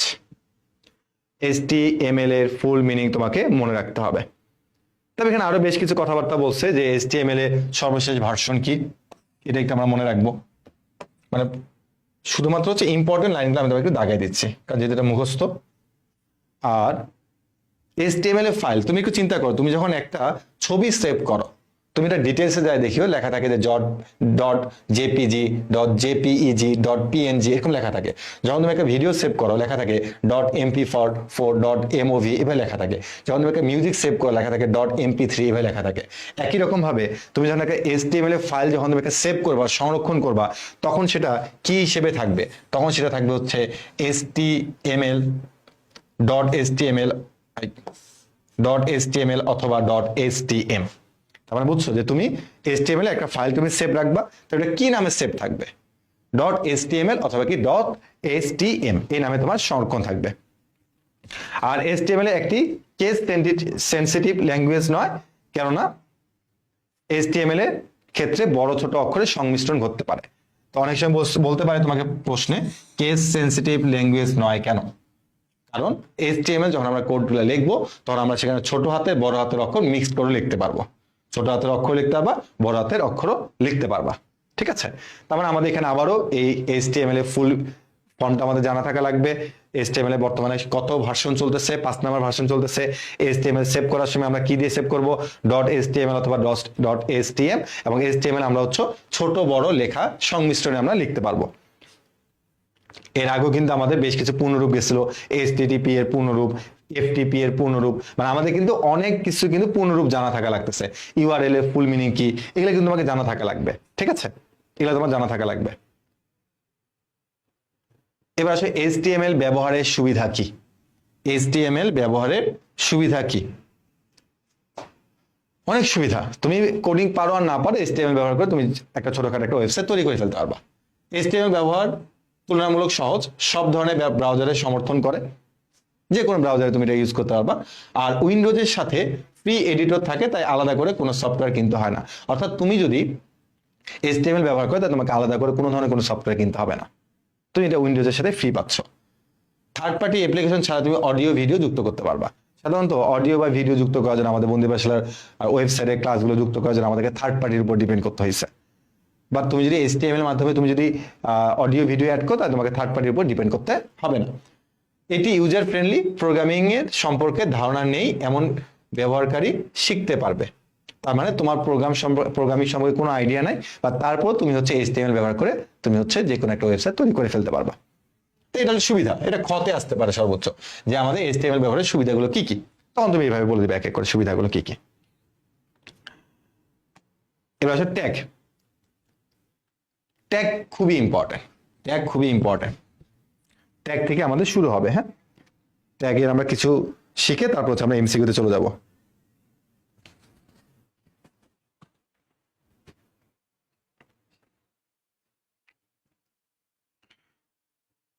এই চ্যাপ্টার থেকে কত মার্কের কোশ্চেন হয়? একটা সিকিউ থাকবে এবং 3টা থেকে 4টা MCQ থাকবে। চলো আমরা প্রথমে আগে একটু ট্যাগ সম্পর্কে একটু আইডিয়া নিই। HTML ব্যবহৃত বিভিন্ন প্রকার সাংকেতিক চিহ্নকে ট্যাগ বলা হয়ে থাকে। দেখো ভাই, তুমি যখন HTML যখন তুমি ব্যবহার করবা, তখন তোমাকে অনেক সাংকেতিক চিহ্ন ইউজ করতে হবে। আর এই সাংকেতিক চিহ্নগুলোকে আমরা কি বলে থাকি বলতো? ট্যাগ বলে থাকি। যেমন আমরা যখন বাংলা ভাষা লিখি, আমরা কি করি? সরিয়, সরেয়া, ক, খ এগুলো ব্যবহার করে আমরা কি করি? একটা শব্দ তৈরি করি, একটা সেন্টেন্স তারপর তৈরি করি, তাই না? ঠিক একই রকম ভাবে তুমি যদি HTML এ কাজ করতে চাও, তাহলে তোমাকে কি ইউজ করতে হবে বলতো? সাংকেতিক চিহ্ন ট্যাগ ইউজ করতে হবে। প্রতিটি ট্যাগে কতগুলো কিওয়ার্ড থাকে। কিওয়ার্ড থাকে, যেমন তুমি যদি নর্মালি একটা ভাষা চিন্তা করলা যে আজকে, আজকে তুমি যা লিখতেছো সরিয়া বর্গজ কয়কারকে, আমাদের কালকে যদি লেখো, তাহলে একই কি কিওয়ার্ড ইউজ হবে নাকি ভিন্ন ভিন্ন কিওয়ার্ড, ভিন্ন ভিন্ন শব্দ বা ভিন্ন ভিন্ন তোমার ওয়ার্ড ইউজ হচ্ছে? ঠিক এখানে একই রকম ভাবে যে প্রতিটি ট্যাগ কতগুলো কিওয়ার্ড দ্বারা গঠিত। প্রতিটি ট্যাগকে অ্যাঙ্গেল ব্র্যাকেটের ভেতরে লিখতে হয়। অ্যাঙ্গেল ব্র্যাকেট কোনটা? অ্যাঙ্গেল ব্র্যাকেট হচ্ছে এইটা হচ্ছে মানে যে আমরা গ্রেটার দেন লেস দেন লিখি না, গ্রেটার দেন লেস দেন, ওগুলোকে আমরা বলে থাকি কি বলতো এখানে? Angle bracket. অ্যাঙ্গেল ব্র্যাকেটের মধ্যে আমরা এই কিওয়ার্ডগুলো লিখে থাকি। প্রতিটি ট্যাগের শেষ বোঝাতে আমরা হচ্ছে স্ল্যাশ ব্যবহার করে থাকি। অর্থাৎ তুমি যখন একটা ট্যাগ লিখবা, তুমি যদি একটা ট্যাগ লিখো, তাহলে এটা হচ্ছে একটা ট্যাগ, এবং এই ট্যাগটা তুমি যদি শেষ বোঝাতে চাও, তাহলে আমাকে স্ল্যাশ ইউজ করতে হবে। তার মানে আমি একটা কিওয়ার্ড ইউজ করব এবং ওটা আমি শেষ করব। তাহলে এই ট্যাগটা তুমি যদি শেষ করতে চাও, তাহলে তোমাকে এরকম স্ল্যাশ দিয়ে শেষ করতে হবে। সাপোজ ধরে নাও আমি এই তোমার অ্যাঙ্গেল ব্র্যাকেটের মধ্যে একটা বি ইউজ করলাম, তারপর আমি এখানে কিছু একটা লিখলাম, তারপর আমি এখন এইটাকে শেষ করতে যাচ্ছি, তবে স্ল্যাশ বি দিতে হবে তোমাকে। তার মানে তুমি কোন একটা ট্যাগ শুরু করলে তোমাকে সেই ট্যাগটা শেষ করতে হবে। যেমন দেখো এখানে তারা বলছে প্রতিটি ট্যাগের শেষ বোঝাতে স্ল্যাশ ইউজ করা হয়, যেমন বোল্ড বোঝাতে বি ব্যবহার করা হয়ে থাকে, বি অ্যাঙ্গেল ব্র্যাকেটের মধ্যে বি আছে, আবার স্ল্যাশ দিয়ে বি দিয়ে শেষ করে ফেলা হয়েছে, আবার ইটালিক দিয়ে আই বোঝানো হয়, আবার এটাকে শেষ করানো হয়েছে। ঠিক আছে, তো আমরা এখন আরো বেশ কিছু জিনিস দেখবো, চলো। তারপর আমরা এখানে এটা বুঝলাম যে আমাদের অ্যাঙ্গেল ব্র্যাকেট লাগবে, অ্যাঙ্গেল ব্র্যাকেটের শুরু আছে এবং শেষ আছে, শুরু আছে এবং শেষ আছে। তো এগুলো আমরা একটু পরে আবার দেখবো এক এক করে। তো এখানে বলা হচ্ছে ট্যাগ হচ্ছে দুই প্রকার, খুবই ইম্পর্টেন্ট, কয়ের জন্য বা ক্ষয়ের জন্য অনেক ইম্পর্টেন্ট, বা ক্ষয়ের জন্য, যে ট্যাগ হচ্ছে এখানে দুই ধরনের, একটা হচ্ছে কন্টেইনার ট্যাগ আর একটা হচ্ছে কি বলে এমটি ট্যাগ বা ফাঁকা ট্যাগ। তো কন্টেইনার ট্যাগ কাকে বলে? কন্টেইনার মানে হচ্ছে ধারণ করা, কাউকে সে ধরে রাখবে।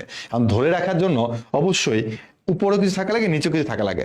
সাপোজ তুমি হচ্ছে পানি ধরে রাখতে যাচ্ছ, তাহলে কি একটা কন্টেনারের মধ্যে পানি রাখবা, তার মানে কি উপর থেকেও সেটাকে ধরে রাখছে, নিচ থেকেও তাকে ধরে রাখছে। তো এখানে এরকমই দেখো, কন্টেনার বা ধারক ট্যাগ হচ্ছে যেসব ট্যাগের শুরু আছে এবং শেষ আছে, সেসব ট্যাগকে বলা হয় কন্টেইনার ট্যাগ, শুরু এবং শেষ থাকবে।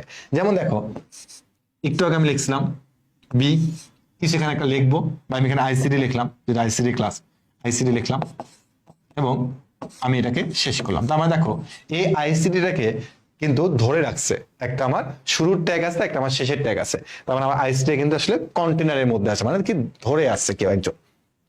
আর কাছে এমটি ট্যাগ বা ফাঁকা ট্যাগ, এমটি ট্যাগ বা ফাঁকা ট্যাগ মানে কি, যেসব ট্যাগের শুরু আছে কিন্তু শেষ নেই, সেসব ট্যাগকে কি বলা হয়? এমটি ট্যাগ বলা হয়। তার মানে আমার কন্টেনার ট্যাগও হইতে পারে, এটা এমটি ট্যাগও হতে পারে। ঠিক আছে, তো এখানে তোমার এমটি ট্যাগের জন্য কে কে আছে দেখো, এই যে ইমেজ আছে, মানে তুমি যদি কখনো ইমেজ অ্যাড করো, তুমি তাকে অবশ্যই অ্যাঙ্গেল ব্র্যাকেটের মধ্যে লিখবা, কিন্তু তার কোনো তোমার শেষ মানে তাকে ফিনিশ করার জন্য কোনো সময় তোমাকে অ্যাঙ্গেল ব্র্যাকেট ইউজ করা লাগবে না, শুধুমাত্র তুমি হচ্ছে ইমেজ লিখে দেবে অ্যাঙ্গেল ব্র্যাকেটের মধ্যে, শেষ, তাকে ফিনিশ করার কোনো দরকার নেই। এরকম ভাবে তুমি যদি কখনো ব্রেক দিতে চাও, দুটো লাইনের মাঝখানে ব্রেক দিতে চাও, তখন তুমি হচ্ছে বিআর ইউজ করবে। এই বিআর ইউজ করাতেও তোমার কোনো ধরনের কোনো ফিনিশিং ট্যাগ লাগবে না। ঠিক আছে, আরেকটা হচ্ছে তোমার কি এইচআর, মানে সমান্তরাল লাইন তৈরি করা। তুমি কোনো সমান্তরাল লাইন যদি তৈরি করতে চাও, তাহলে তুমি হচ্ছে এইচআর, এই ট্যাগটা তুমি ইউজ করতে পারবা। তার মানে এই ট্যাগগুলোকে বলা হচ্ছে কি বলতে এমটি বা ফাঁকা ট্যাগ, যার শুরু আছে কিন্তু শেষ নেই, অর্থাৎ এই ট্যাগগুলো তোমাকে শেষ করতে হবে না। আমরা এমসিকিউতে আসতে পারে যে কোন ট্যাগটা শেষ করার কোনো প্রয়োজন নাই, বা কোনটি এমটি ট্যাগ বা ফাঁকা ট্যাগ, তখন তোমাকে মনে রাখতে হবে একটা হচ্ছে ইমেজ বা আইএমজি, একটা হচ্ছে বিআর, আর একটা হচ্ছে তোমার কি বলতে এইচআর। এই তিনটা ট্যাগকে আমরা কি ট্যাগ বলতেছি বলতো? আমরা এমটি ট্যাগ বলতেছি। ঠিক আছে, আর বাকি যত ট্যাগ আছে সবগুলোকে আমরা কি বলছি? কন্টেনার ট্যাগ বা ধারক ট্যাগ আমরা বলতেছি। এমসিকিউর জন্য এটা খুবই খুবই ইম্পর্টেন্ট। ঠিক আছে,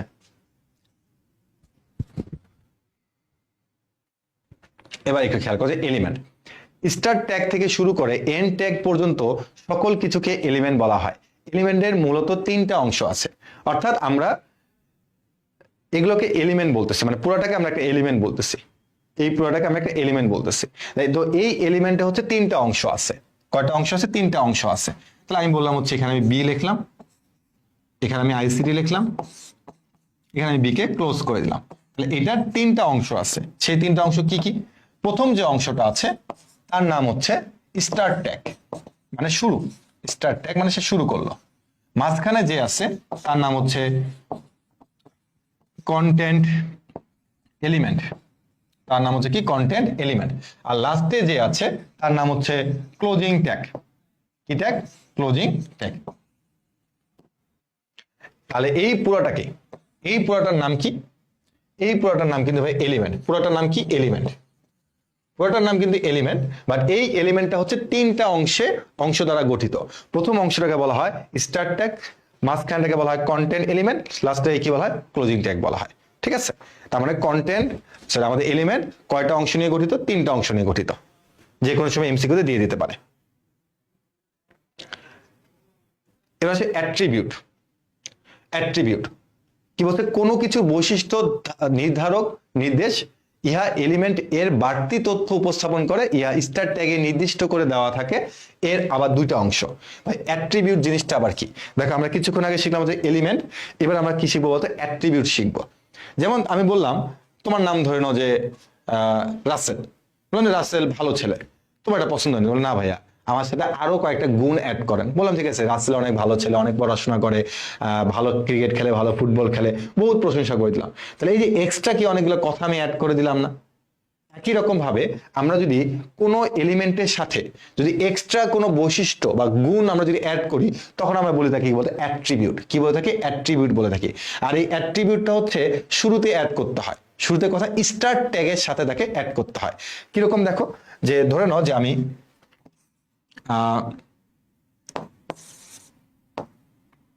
এখানে দিলাম কি দিব, হ্যাঁ বোল্ড, বি হইল, তারপরে ALIGN, এটা আমরা পরে বুঝবো, align centre, centre close, ICT হবে, দেন আবার হচ্ছে ক্লোজ করে দেব বিকে। তো এখানে কি হইল একটু খেয়াল করে দেখো। প্রথমত আমি এখানে বি অ্যাড করছি, বি কি আছে, বি, এই বি মানে কিন্তু বোল্ড বোঝায়। কি বোঝায়? বোল্ড, বোল্ড বোঝাচ্ছে। অর্থাৎ এই আইসিটিটা তুমি যখন এখানে পাবা তখন সে কিন্তু বোল্ড হয়ে যাবে। কি হয়ে যাবে? সে বোল্ড হয়ে যাবে, বোল্ড আইসিটি, বোল্ড আইসিটি হয়ে যাবে। তারপরে বি ইউজ করার কারণে সে কি হয়ে গেছে? বোল্ড হয়ে গেছে। ঠিক আছে, কিন্তু ভাই এটার সাথে তো আপনি একটা অ্যালাইন সেন্টার কি কি সব অ্যাড করছেন, এটা মানে কি? এটা মানে তার একটা গুণ। গুণ কিরকম দেখো, যখন তুমি এটা HTML লিখলা, তার মানে তুমি এখান থেকে আইসিটি পাচ্ছ। মানে আইসিডি কিন্তু যেখানে সেখানে চলে যেতে পারে, একটা এটা আউটপুটটা আইসিডি লেখাটা যেখানে সেখানে চলে যেতে পারে। কিন্তু তুমি চাচ্ছ যে আমি একটা পেজের মধ্যে একে নিয়ে আসবো, ধরুন এটা একটা পেজ, এটা একটা পেজ, এবং তুমি চাচ্ছ এই পেজের একদম সেন্টার, একদম সেন্টার, এটা হচ্ছে সেন্টারটা, এই সেন্টারে এই আইসিডি লেখাটা বোল্ড হয়ে আসুক। আইসিডিতে একটা পেজের যে কোনো জায়গাতে থাকতে পারে, কিন্তু তুমি চাচ্ছ কি ওই পেজের একদম মিডিল বরাবর আইসিডিটা বোল্ড হয়ে থাকুক। তখন তুমি এই জন্য লিখছো কি বি লিখছো, বি মানে বোল্ড হবে। বাট এবার তুমি তাকে স্পষ্ট করে দিছো ওই আইসিডি লেখাটা আউটপুটটা আমি চাই কি আমার পেজের মাঝখান বরাবর চাই। কি বরাবর চাই? মাঝখান বরাবর চাই। ঠিক আছে, মাঝখান বরাবর চাই, মানে মাঝখান বলতে আসলে এখানে বোঝাচ্ছে যে মাঝখান বরাবর, ধরে নাও একদম সেন্টারে মিডিলে থাকবে, মাঝখান বরাবর থাকবে। তো এই জন্য তুমি বলছো যে অ্যালাইন সেন্টার, সেন্টার মানে কি? সে মাঝখানে থাকবে। তার মানে দেখো এখানে দুইটা অংশ আছে। কয়টা অংশ আছে? এখানে দুইটা অংশ আছে। তো প্রথম যে অংশটা অ্যালাইন, এটা দ্বারা বোঝায় অ্যাট্রিবিউট নেম, এটা দ্বারা কি বোঝায়? Attribute name. আর পরে যে সেন্টার আছে এটা দ্বারা বোঝাচ্ছে যে অ্যাট্রিবিউট ভ্যালু। প্রথমটা দ্বারা কি বোঝায়? অ্যাট্রিবিউট নেম, পরেরটা দ্বারা কি বোঝাচ্ছে বলতে? অ্যাট্রিবিউট ভ্যালু বোঝাচ্ছে। তার মানে আমি যদি কখনো চাই যে আমার আউটপুটটাকে আমি আরেকটু স্পেসিফিক করে দিব, আরেকটু অন্যভাবে চাচ্ছি, তখন আমি হচ্ছে এখানে একটা কি অ্যাড করব? অ্যাট্রিবিউট অ্যাড করব। এবং মনে রাখবে অ্যাট্রিবিউটটা কোথায় অ্যাড করা হয়? স্টার্ট ট্যাগে ইউজ করা হয়। এটা কিন্তু ভাইয়া দেখো আমাদের যে ক্লোজিং যে ট্যাগ ছিল সেই ক্লোজিং ট্যাগে কিন্তু ইউজ করা হচ্ছে না। এটা কিন্তু একটা এমসিকিউ যে তোমার অ্যাট্রিবিউটটা কোথায় ইউজ করা হয়ে থাকে? স্টার্ট ট্যাগে ইউজ করা হয়ে থাকে। ঠিক আছে, ওকে, আমরা হচ্ছে এই ট্যাগগুলো আজকে পড়বো না, দুইটা পেজ ছিল, এটা দরকার নেই, এটা আমরা নেক্সট দিন পড়লে তাহলে আমাদের মনে থাকবে। এখন আমরা কিছু এমসিকিউ সলভিং এ চলে যাব। এমসিকিউ মানে আসলে আমার কাজ নেই, এমসিকিউ মানে হচ্ছে তোমাদের কাজ। এখানে অনেকগুলো এমসিকিউ আছে, সবগুলো যে এমসিকিউ সলভ করতে ব্যাপারটা এরকম না, তোমরা অনেকগুলো নিজের থেকে পারবা। তো চলো আমরা একটা একটা করে এমসিকিউ সলভিং এ চলে যাই। তো আজকে আমরা এই পর্যন্ত পড়বো, এরপরে হচ্ছে আমরা ফরম্যাটিং ট্যাগ থেকে হচ্ছে নেক্সট ক্লাসে শুরু করব, কারণ ফরম্যাটিং ট্যাগের সাথে বাকিগুলো সম্পর্কিত। প্রথমটা HTML ফাইলের এক্সটেনশন হলো, HTML একটা ফাইলের এক্সটেনশন, এটা কি? মানে তোমার এক্সটেনশন একটা আকারে থাকবে, যেমন তুমি একটা ছবি নিলে একটা .png থাকে, .mp, এটা এক্সটেনশন বোঝায়, একটা ভিডিওর এক্সটেনশন। তুমি একটা ভিডিওর নাম দিবা, কিন্তু তুমি যদি .mp4টা বাদ দিয়ে দাও জীবন ভিডিও আকারে থাকবে না, .mp4 থাকবে, এটা এক্সটেনশন। .png একটা ছবি একটা নাম তুমি দিতে পারো, কিন্তু .png বা .jpg থাকতে হবে। তো একই রকম ভাবে HTML ফাইলে একটা এক্সটেনশন থাকে, যে এক্সটেনশনটা হচ্ছে আমাদের কি? HTML। ওই কই গেলি, যেটা নাম কি আমাদের বলতো? HTML। বোঝা গেছে? এক্সটেনশনটার নাম কি? HTML। নিচের কোন ট্যাগে অ্যাট্রিবিউট থাকে? শুরুর ট্যাগে, শেষ ট্যাগে, দুই ট্যাগের মাঝে, উভয় ট্যাগে? মাত্রই বলছি, কি বলছি বলতো? কি বলা হয়েছে? নিচের কোন ট্যাগে অ্যাট্রিবিউট থাকে? শুরুর ট্যাগে অ্যাট্রিবিউট থাকে। কোন ট্যাগে অ্যাট্রিবিউট থাকে? শুরুর ট্যাগে অ্যাট্রিবিউট থাকে। পরেরটাতে আসি, সার্চ ইঞ্জিন হলো, মানে এখানে অনেকগুলো এক্সাম্পল দিছে, বলে এটা কোনটা হবে, এখানে কোনটি সঠিক? সার্চ ইঞ্জিন কোনটা শুরুর দিকে পড়ানো হয়েছে? ব্রাউজার নামগুলো দেখানো হয়েছিল আর সার্চ ইঞ্জিনের নামগুলো দেখানো হয়েছিল।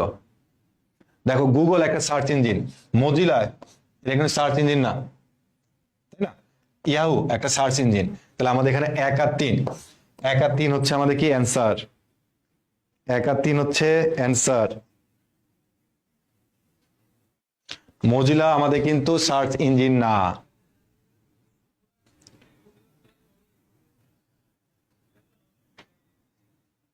বলছে যে এটা একটা, এই অ্যাড্রেসটার ব্যবহৃত বিভিন্ন অংশ, প্রোটোকল, ঠিক আছে। ডোমেন নেম এটাও ঠিক আছে। ডিরেক্ট পাথ, ডিরেক্ট পাথ না ভাই। কেন ডিরেক্ট পাথ না? কারণ আমি তোমাকে বুঝাইছিলাম কিন্তু ভাইয়া যে ডিরেক্ট পাথ যদি হইতে হয় তাহলে অবশ্যই অবশ্যই ধরে নাও যেখানে একটা স্ল্যাশ দিয়ে হোক বা কিছু একটা দিয়ে সেই অ্যাড্রেসটা এখানে লেখা থাকবে। এটা প্রোটোকল, এটা হচ্ছে তার নেম, হোস্ট নেম। আর অবশ্যই যদি তুমি এখানে চিন্তা করো যে ডিরেক্ট একটা পাথ থাকবে, তাহলে ডিরেক্ট পাথে এখানে কিছু একটা থাকবে, একটা ফোল্ডার নেম, একটা ফাইল নেম বা একটা কোর্স নেম, কিছু একটা থাকবে, তাই না? তার মানে এখানে কিন্তু একজন আবার 1 2 3 3টা বলছে, এটা কিন্তু তোমার ইয়া হবে না, মানে ডিরেক্টরি, মানে ডিরেক্ট পাথ হবে না। ডিরেক্ট পাথ নাই এখানে, ডিরেক্ট পাথ নাই এখানে, কিছু বলা নাই। এর আগে আমি পাওয়ার প্লে 25 লিখছিলাম, এখানে কি তেমন কিছু লেখা আছে? উত্তর না, নাই। তার মানে এটা শুধুমাত্র হচ্ছে 1 আর 2 হবে, শুধুমাত্র 1 আর 2, এ হচ্ছে অ্যান্সার, শুধুমাত্র 1 আর 2। একটি HTML ফাইলে শুরুর ট্যাগ হিসেবে HTML থাকে, ঠিক আছে? মানে শুরুর ট্যাগ হিসেবে তোমার এটা থাকবে। প্রতি জোড়া শুরু ও শেষ থাকে, শেষ ট্যাগ থাকে। অ্যাট্রিবিউট শুরুর ট্যাগে থাকে, এটা ঠিক আছে। এখন এটা কিন্তু ঠিক না। কেন এটা ঠিক না? বলছে কি দেখো, প্রতি জোড়া শুরু ও শেষ ট্যাগ থাকে। আমরা এখানে শিখছি ট্যাগ 2 ধরনের, একটা হচ্ছে তোমার শুরুর ট্যাগ থাকবে, শেষের ট্যাগ থাকবে, মানে ধারক ট্যাগ শিখছি, আর একটা হচ্ছে এমটি ট্যাগ শিখছি। তো এমটি ট্যাগে কিন্তু শুরুর ট্যাগ থাকে, শেষের ট্যাগ থাকে না। বা তারা আমাকে বলছে প্রতি জোড়া শুরু ও শেষ ট্যাগ থাকে, মানে ওই যে 2 প্রকার ভেদ, আমরা ওইটার মধ্যে আর পড়তেছে না, আমরা ভুল কথা বলছে। তাহলে আমার অ্যান্সার হচ্ছে কি 1 আর 3, 1 আর 3 হচ্ছে অ্যান্সার। ইউআরএল হলো ওয়েব পেজের সরাসরি একটা অ্যাড্রেস। এটা মুখস্থ বিদ্যা। এখন ওয়েবসাইটের একক ঠিকানা আগেরটাই ইউআরএল, মানে এর আগেরটা বলছো তোমাকে ইউআরএল হলো ওয়েব পেজের অ্যাড্রেস। এবার এটা কি বলছে দেখো, ওয়েবসাইটের একক ঠিকানা ইউআরএল, মানে আগেরটা ঠিক রিভার্স করে দিচ্ছে তোমাকে এখানে। সারা বিশ্বের সকল আইপি অ্যাড্রেস ও ডোমেন নেম কারা নিয়ন্ত্রণ করে? এটা দেখছিলাম না, ICANN, এমসিকিউ। তার মানে দেখো যে আমাদের ওই ইনফরমেশন যদি মনে না থাকে তাহলে আমরা কিন্তু অনেক কিছুই পারবো না। এটা মাত্র দেখলাম। এটা একটি আইপি অ্যাড্রেসকে প্রকাশের জন্য মোট কতটি বিটের প্রয়োজন পড়ে? আইপি অ্যাড্রেসকে দেওয়ার জন্য আমাদের হচ্ছে 32 এতটি বিটের প্রয়োজন পড়ে। এখানে কি বলছে দেখো, আইপি অ্যাড্রেস IPv4 এ কত বিটের? V4 হচ্ছে আমাদের কি 32 বিট। আর যদি আমাদেরকে বলতে এখানে IPv6, তাহলে আমরা কি বলতাম বলতো? 128। শিক্ষা প্রতিষ্ঠানে ব্যবহৃত টপ লেভেলের ডোমেনের নাম কি? শিক্ষা প্রতিষ্ঠান বলছে, শিক্ষা প্রতিষ্ঠান, তার মানে কি হবে .edu অথবা .ac, আমরা শিখে আসছি এমসিকিউ এর জন্য।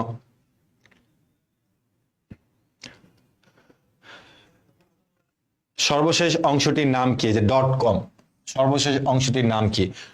.com দ্বারা কি বোঝায়? .com দ্বারা তোমাকে বোঝাবে হচ্ছে ডোমেন নেম, ফাইল প্রকৃতি, মানে এটা আসলে প্রকৃতি বোঝায়, এটা আমরা দেখে আসলাম, এটা কিন্তু প্রকৃতিকে বোঝায়। তো এখানে আমাদের ডোমেন প্রকৃতি, ফাইল প্রকৃতি না, ডোমেন প্রকৃতি। .com দ্বারা প্রকৃতিকে বোঝায়, ধরন কি, ঠিক আছে, ওটা হলো ডোমেন প্রকৃতি। তবে তোমাকে বলছে ISP এর ফুল মিনিং কি? Internet service provider. কোনটি ওয়েব ব্রাউজার? কোনটি web browser?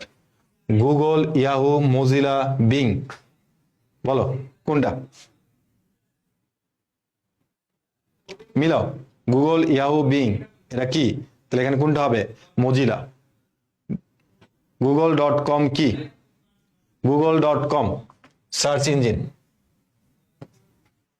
Last MCQ, HTML ট্যাগের চিহ্ন কোনটি? HTML এর ট্যাগের চিহ্ন কোনটি? Angle bracket. তো তোমরা যদি তোমাদের দেখো, বিভিন্ন ধরনের টেস্ট পেপার দেখো, তোমাদের বইয়ের মধ্যে যদি তাকায় দেখো, তুমি দেখবে এখানে অনেকগুলা তোমার আরো এমসিকিউ তুমি পাবা। তোমরা যে বই ফলো করো সেই বইয়ের মধ্যে আরো অনেক ধরনের এমসিকিউ পাবা, ঠিক আছে? তো সেই এমসিকিউ গুলো অবশ্যই দেখবা। এবং একই রকম ভাবে বোর্ডে আসা যে সিকিউ গুলো আছে সেগুলো একটু একটু করে দেখবা। বাট এখন যেহেতু পুরো চ্যাপ্টারটি কমপ্লিট হয়নি, আমাদের মেইন অংশটা এখনো বাকি আছে, HTML এ অনেক কিছু। তো আমরা যখন 2টা ক্লাস করব, তখন আমরা হচ্ছে এই চ্যাপ্টারে একদম পুরো বস হয়ে যাব, ঠিক আছে? তো আজকে আমরা আমাদের ক্লাস এই পর্যন্ত রাখবো। তো আশা করি তোমাদেরকে যে টপিকগুলো বোঝানো হয়েছে তোমরা প্রত্যেকে বুঝতে পারছো। তবে আমি একটু বলে দিই, ক্লাসের শুরুতে বলছি যে মজার অংশটুকু আসলে আজকে ছিল না। মজার অংশটুকু বা এই চ্যাপ্টারে যে মজার অংশটুকু আছে বা পার্টটুকু আছে, সেটা হচ্ছে আগামী 2 ক্লাসে থাকবে। তো ইনশাল্লাহ আজকে যেহেতু তোমরা ক্লাসটা করেছো, আগামী যে 2টা ক্লাস হবে সেই 2টা ক্লাস অবশ্যই তোমরা করবা। তাহলে যাদের 4র্থ অধ্যায় নিয়ে সমস্যা থাকবে তারা প্রত্যেকে এই চ্যাপ্টারে বস হয়ে যাবা, ঠিক আছে? তো প্রত্যেকে ভালো থেকো, সুস্থ থেকো, আল্লাহ হাফেজ। এবং যদি পারো তাহলে একটু নোট করে রাখিও যে কোনগুলো আমি তোমাকে ইম্পর্টেন্ট বলছি, কোনগুলো ইম্পর্টেন্ট বলি নাই, কারণ একটা চ্যাপ্টার অ্যানালাইসিস করে পড়াটা অনেক বড় ব্যাপার।